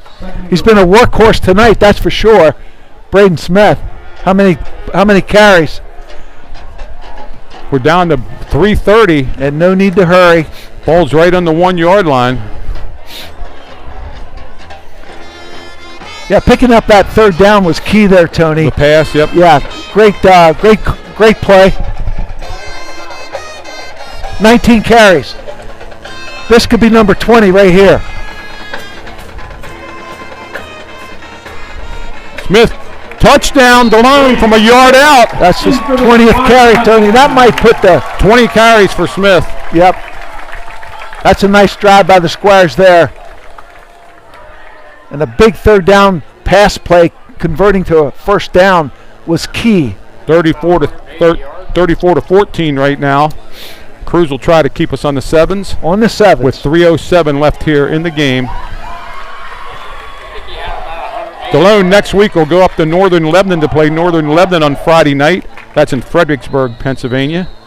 And we'll be back here in 2 weeks when Delone takes on, I guess, Bermudian Springs.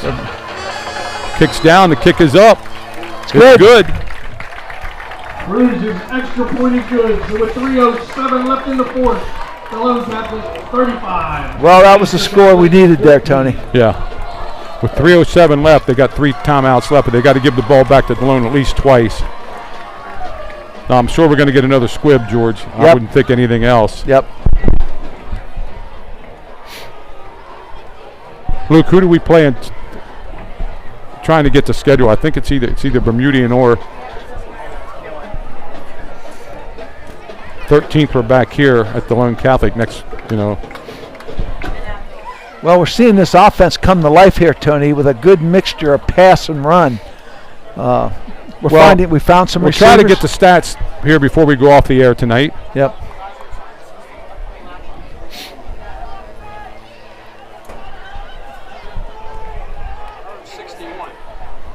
Pardon me? 161 yards rushing. 161 yards rushing for Smith on 20 carries. Yeah, he's been the workhorse tonight. Staub has a nice, he was 9 for 11 at half. Staub. Yep. Zach Staub doing a good job managing the game, making good throws, good decisions, and the offensive line doing a good job. Ball's in the ground. Picked up by number 9 for Lancaster Catholic. Got to tackle him. Got to tackle him. Breaks through. He's still on the feet. Going to bring it back to midfield, and that's where it's going to end. Going to end up there. That was number 9. Charlie Warren, Tony. He's one of the game breakers. They put him in position where he could field that kick. 2:55 to go. And we're sure we're going to see a 3-man, 3-deep safety now. Yeah, I think so too. We got some zone coverage here, I believe. Backing off a little bit with the backers also. Yep. Back to throw.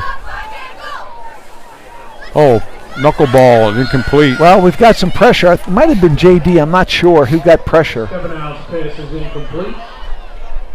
JD Sig with the pressure. Yeah, I believe it was JD Zig with the pressure there. And a big, if Delone wins this game, if they hold on here, it's going to be their first non-conference win since 2019. Yeah, they've been 0-3 now for 5 years in a row. Yep, playing a tough competition like they do.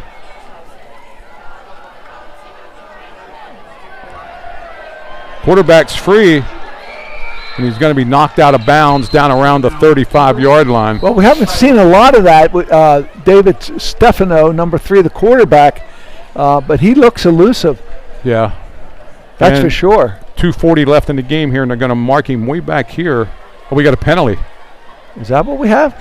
Well, yeah, there's a flag right out there at the 48-yard line. Yeah, there you go.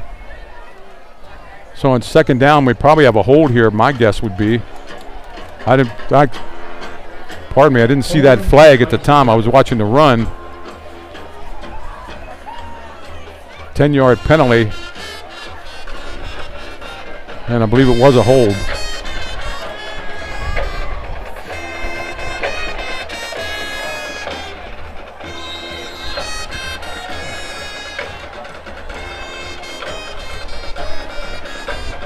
Crossing pattern. Oh, he's got a man wide open. Nice tackle there by. Yeah. Nice job by the quarterback getting loose and hitting number 4 down the sideline there. Dawkins.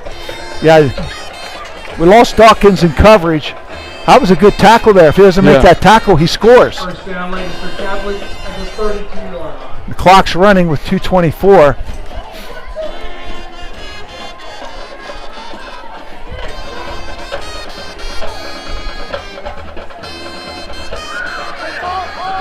Uh-oh, a little bit of a hole for the quarterback.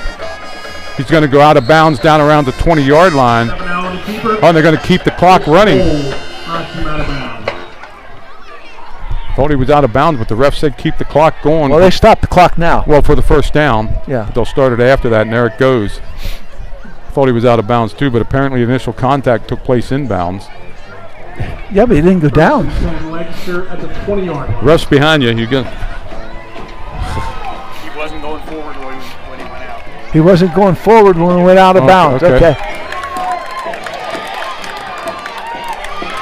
And he's dropped back here by Caton Hicks. And who's the other guy in there helping him out? Caton Hicks and turnaround. 26 play ball. Yep. Clock keeps running. Well, our defensive ends met at the quarterback, Tony. 26, Braden Clayball. Lancaster Catholic's finally going to use one of their timeouts. And number 6, Caden Hicks, the defensive ends meeting at the quarterback. That was a big play there.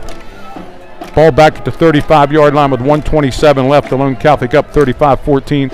Like I said, next week they're at Northern Lebanon in Fredericksburg, PA on a Friday night. And Can somebody check the schedule and see who they play the 13th? I'm not sure if it's either Biglerville or Bermudian. It's Biglerville first on the 13th. On the 13th, it's Biglerville, so we'll be back here in 2 weeks for the Biglerville Delone contest. And Biglerville, you know, they're 2-0 after tonight.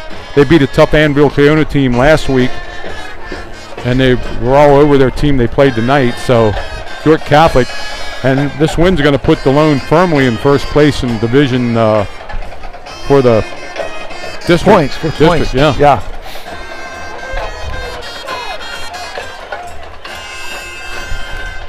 Well, 1:27 to go in the game. Delone 4 deep. Back to throw. Throws it up.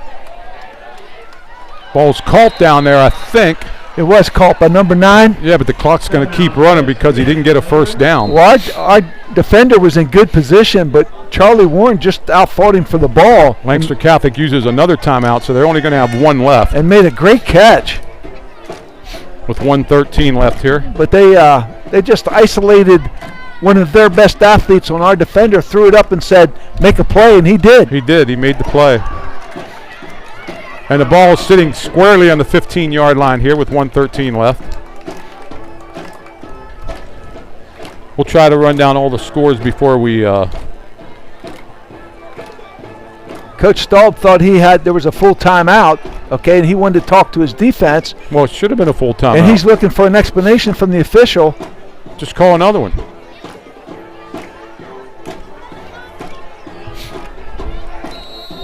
$1:13 left. So Stefano takes the ball. He's going to run. Has a little bit of room. Yeah, he's fast. He's going to run out of bounds at about the 3-yard line. 1:06 left. He's actually going to mark him at the 5. Well, you're starting to see some of the athleticism of Lancaster Catholic in this second half. We did a good job of bottling them up in the first half. I think a lot of it's fatigue for Delone, too. Yeah, that's playing into it a little bit.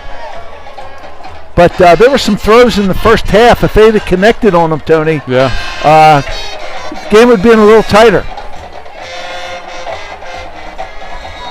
Ball's on the 3-yard line. We got a flag. I don't know, it might be motion. Yeah, it's offside somebody. If there's motion against Lancaster Catholic, that's going to...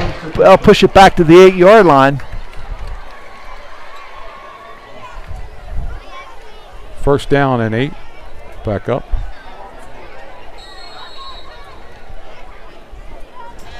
$1:05 left in the contest here.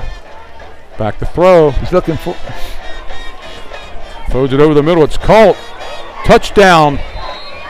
He's into the end zone. Well, I think that might have been number... Is that 6 that caught that ball? Actually, number 8. Yeah, Colton Hager. Yeah. Tony, really nice play by Stefano. He was under a lot of duress. Rolling to his right. He put that ball right on the money. That makes it 35-20. And all Delone has to do is recover this onside kick that's going to happen.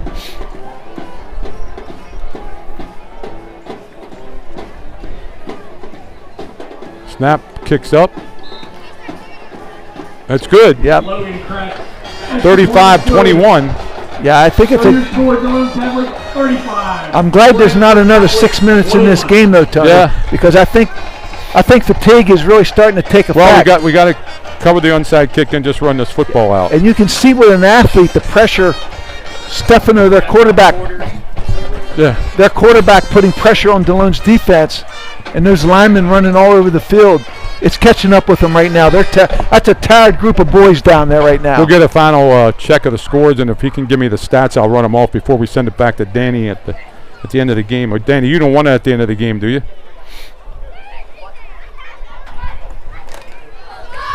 Scores.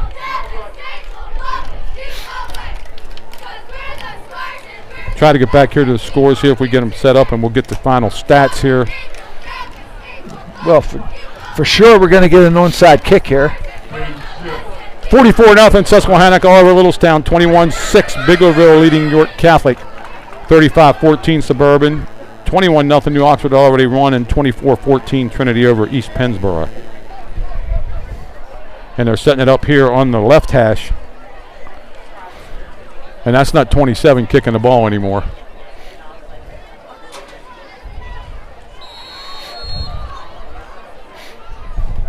Well, they only have one timeout, so even if they 42 is going to do the kicking. Will O'Malley. Will O'Malley. Any kick for Lancaster Catholic.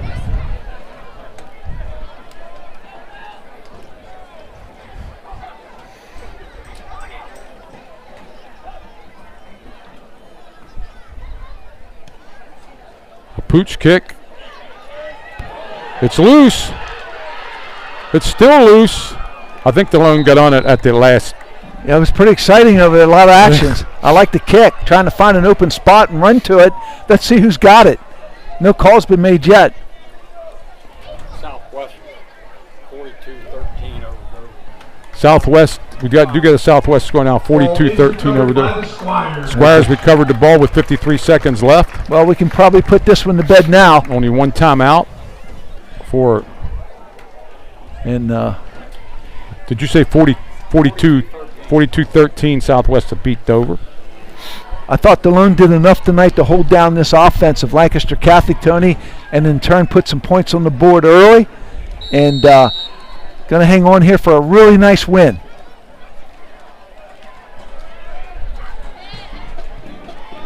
Give to Smith, and he's going to be dropped and hold onto the ball. That's his 21st carry, I believe. Yep, and let's see if there's any more. I don't think you're going to call a timeout, so all we got to do is take a knee. Yep. And get out of here. And Delone's going to get a great big non-conference win here. Yep. Coaches worked hard this week with the players. They knew coming from last week they had a lot to build on. And Coach Zortman, I'm sure, is going to like the way this offense is coming together. You got to like what happened tonight. Thanks, everybody, for listening. If we can get some stats, our final stats here, we'll try to give them to you. Zach Staub doing a really good job managing the game. Brandon Smith was the workhorse tonight with 21 carries. Lancaster Catholic called their last time out. Thanks, everybody, for the nice comments we just got on the air there on my text.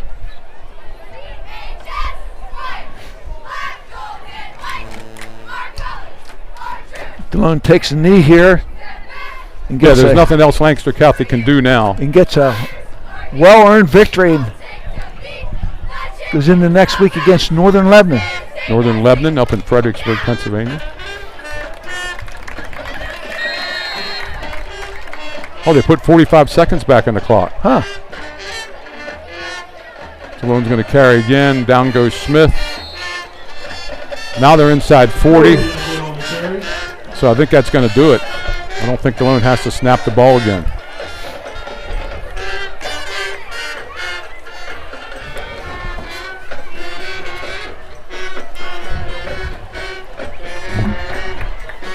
Big win for Delone Catholic tonight. They run their record now to 1-1. York Catholic and Fairfield both losing. Delone will be the #1 seed now in District 3. We're hoping to get a home game here in November the 8th. Big win for the Squires. They got a very proud, probably one of the best halves of football, the first half here tonight. And that's it here from JT Flaherty Field, 35-21. The Squires won. Do we have any final stats?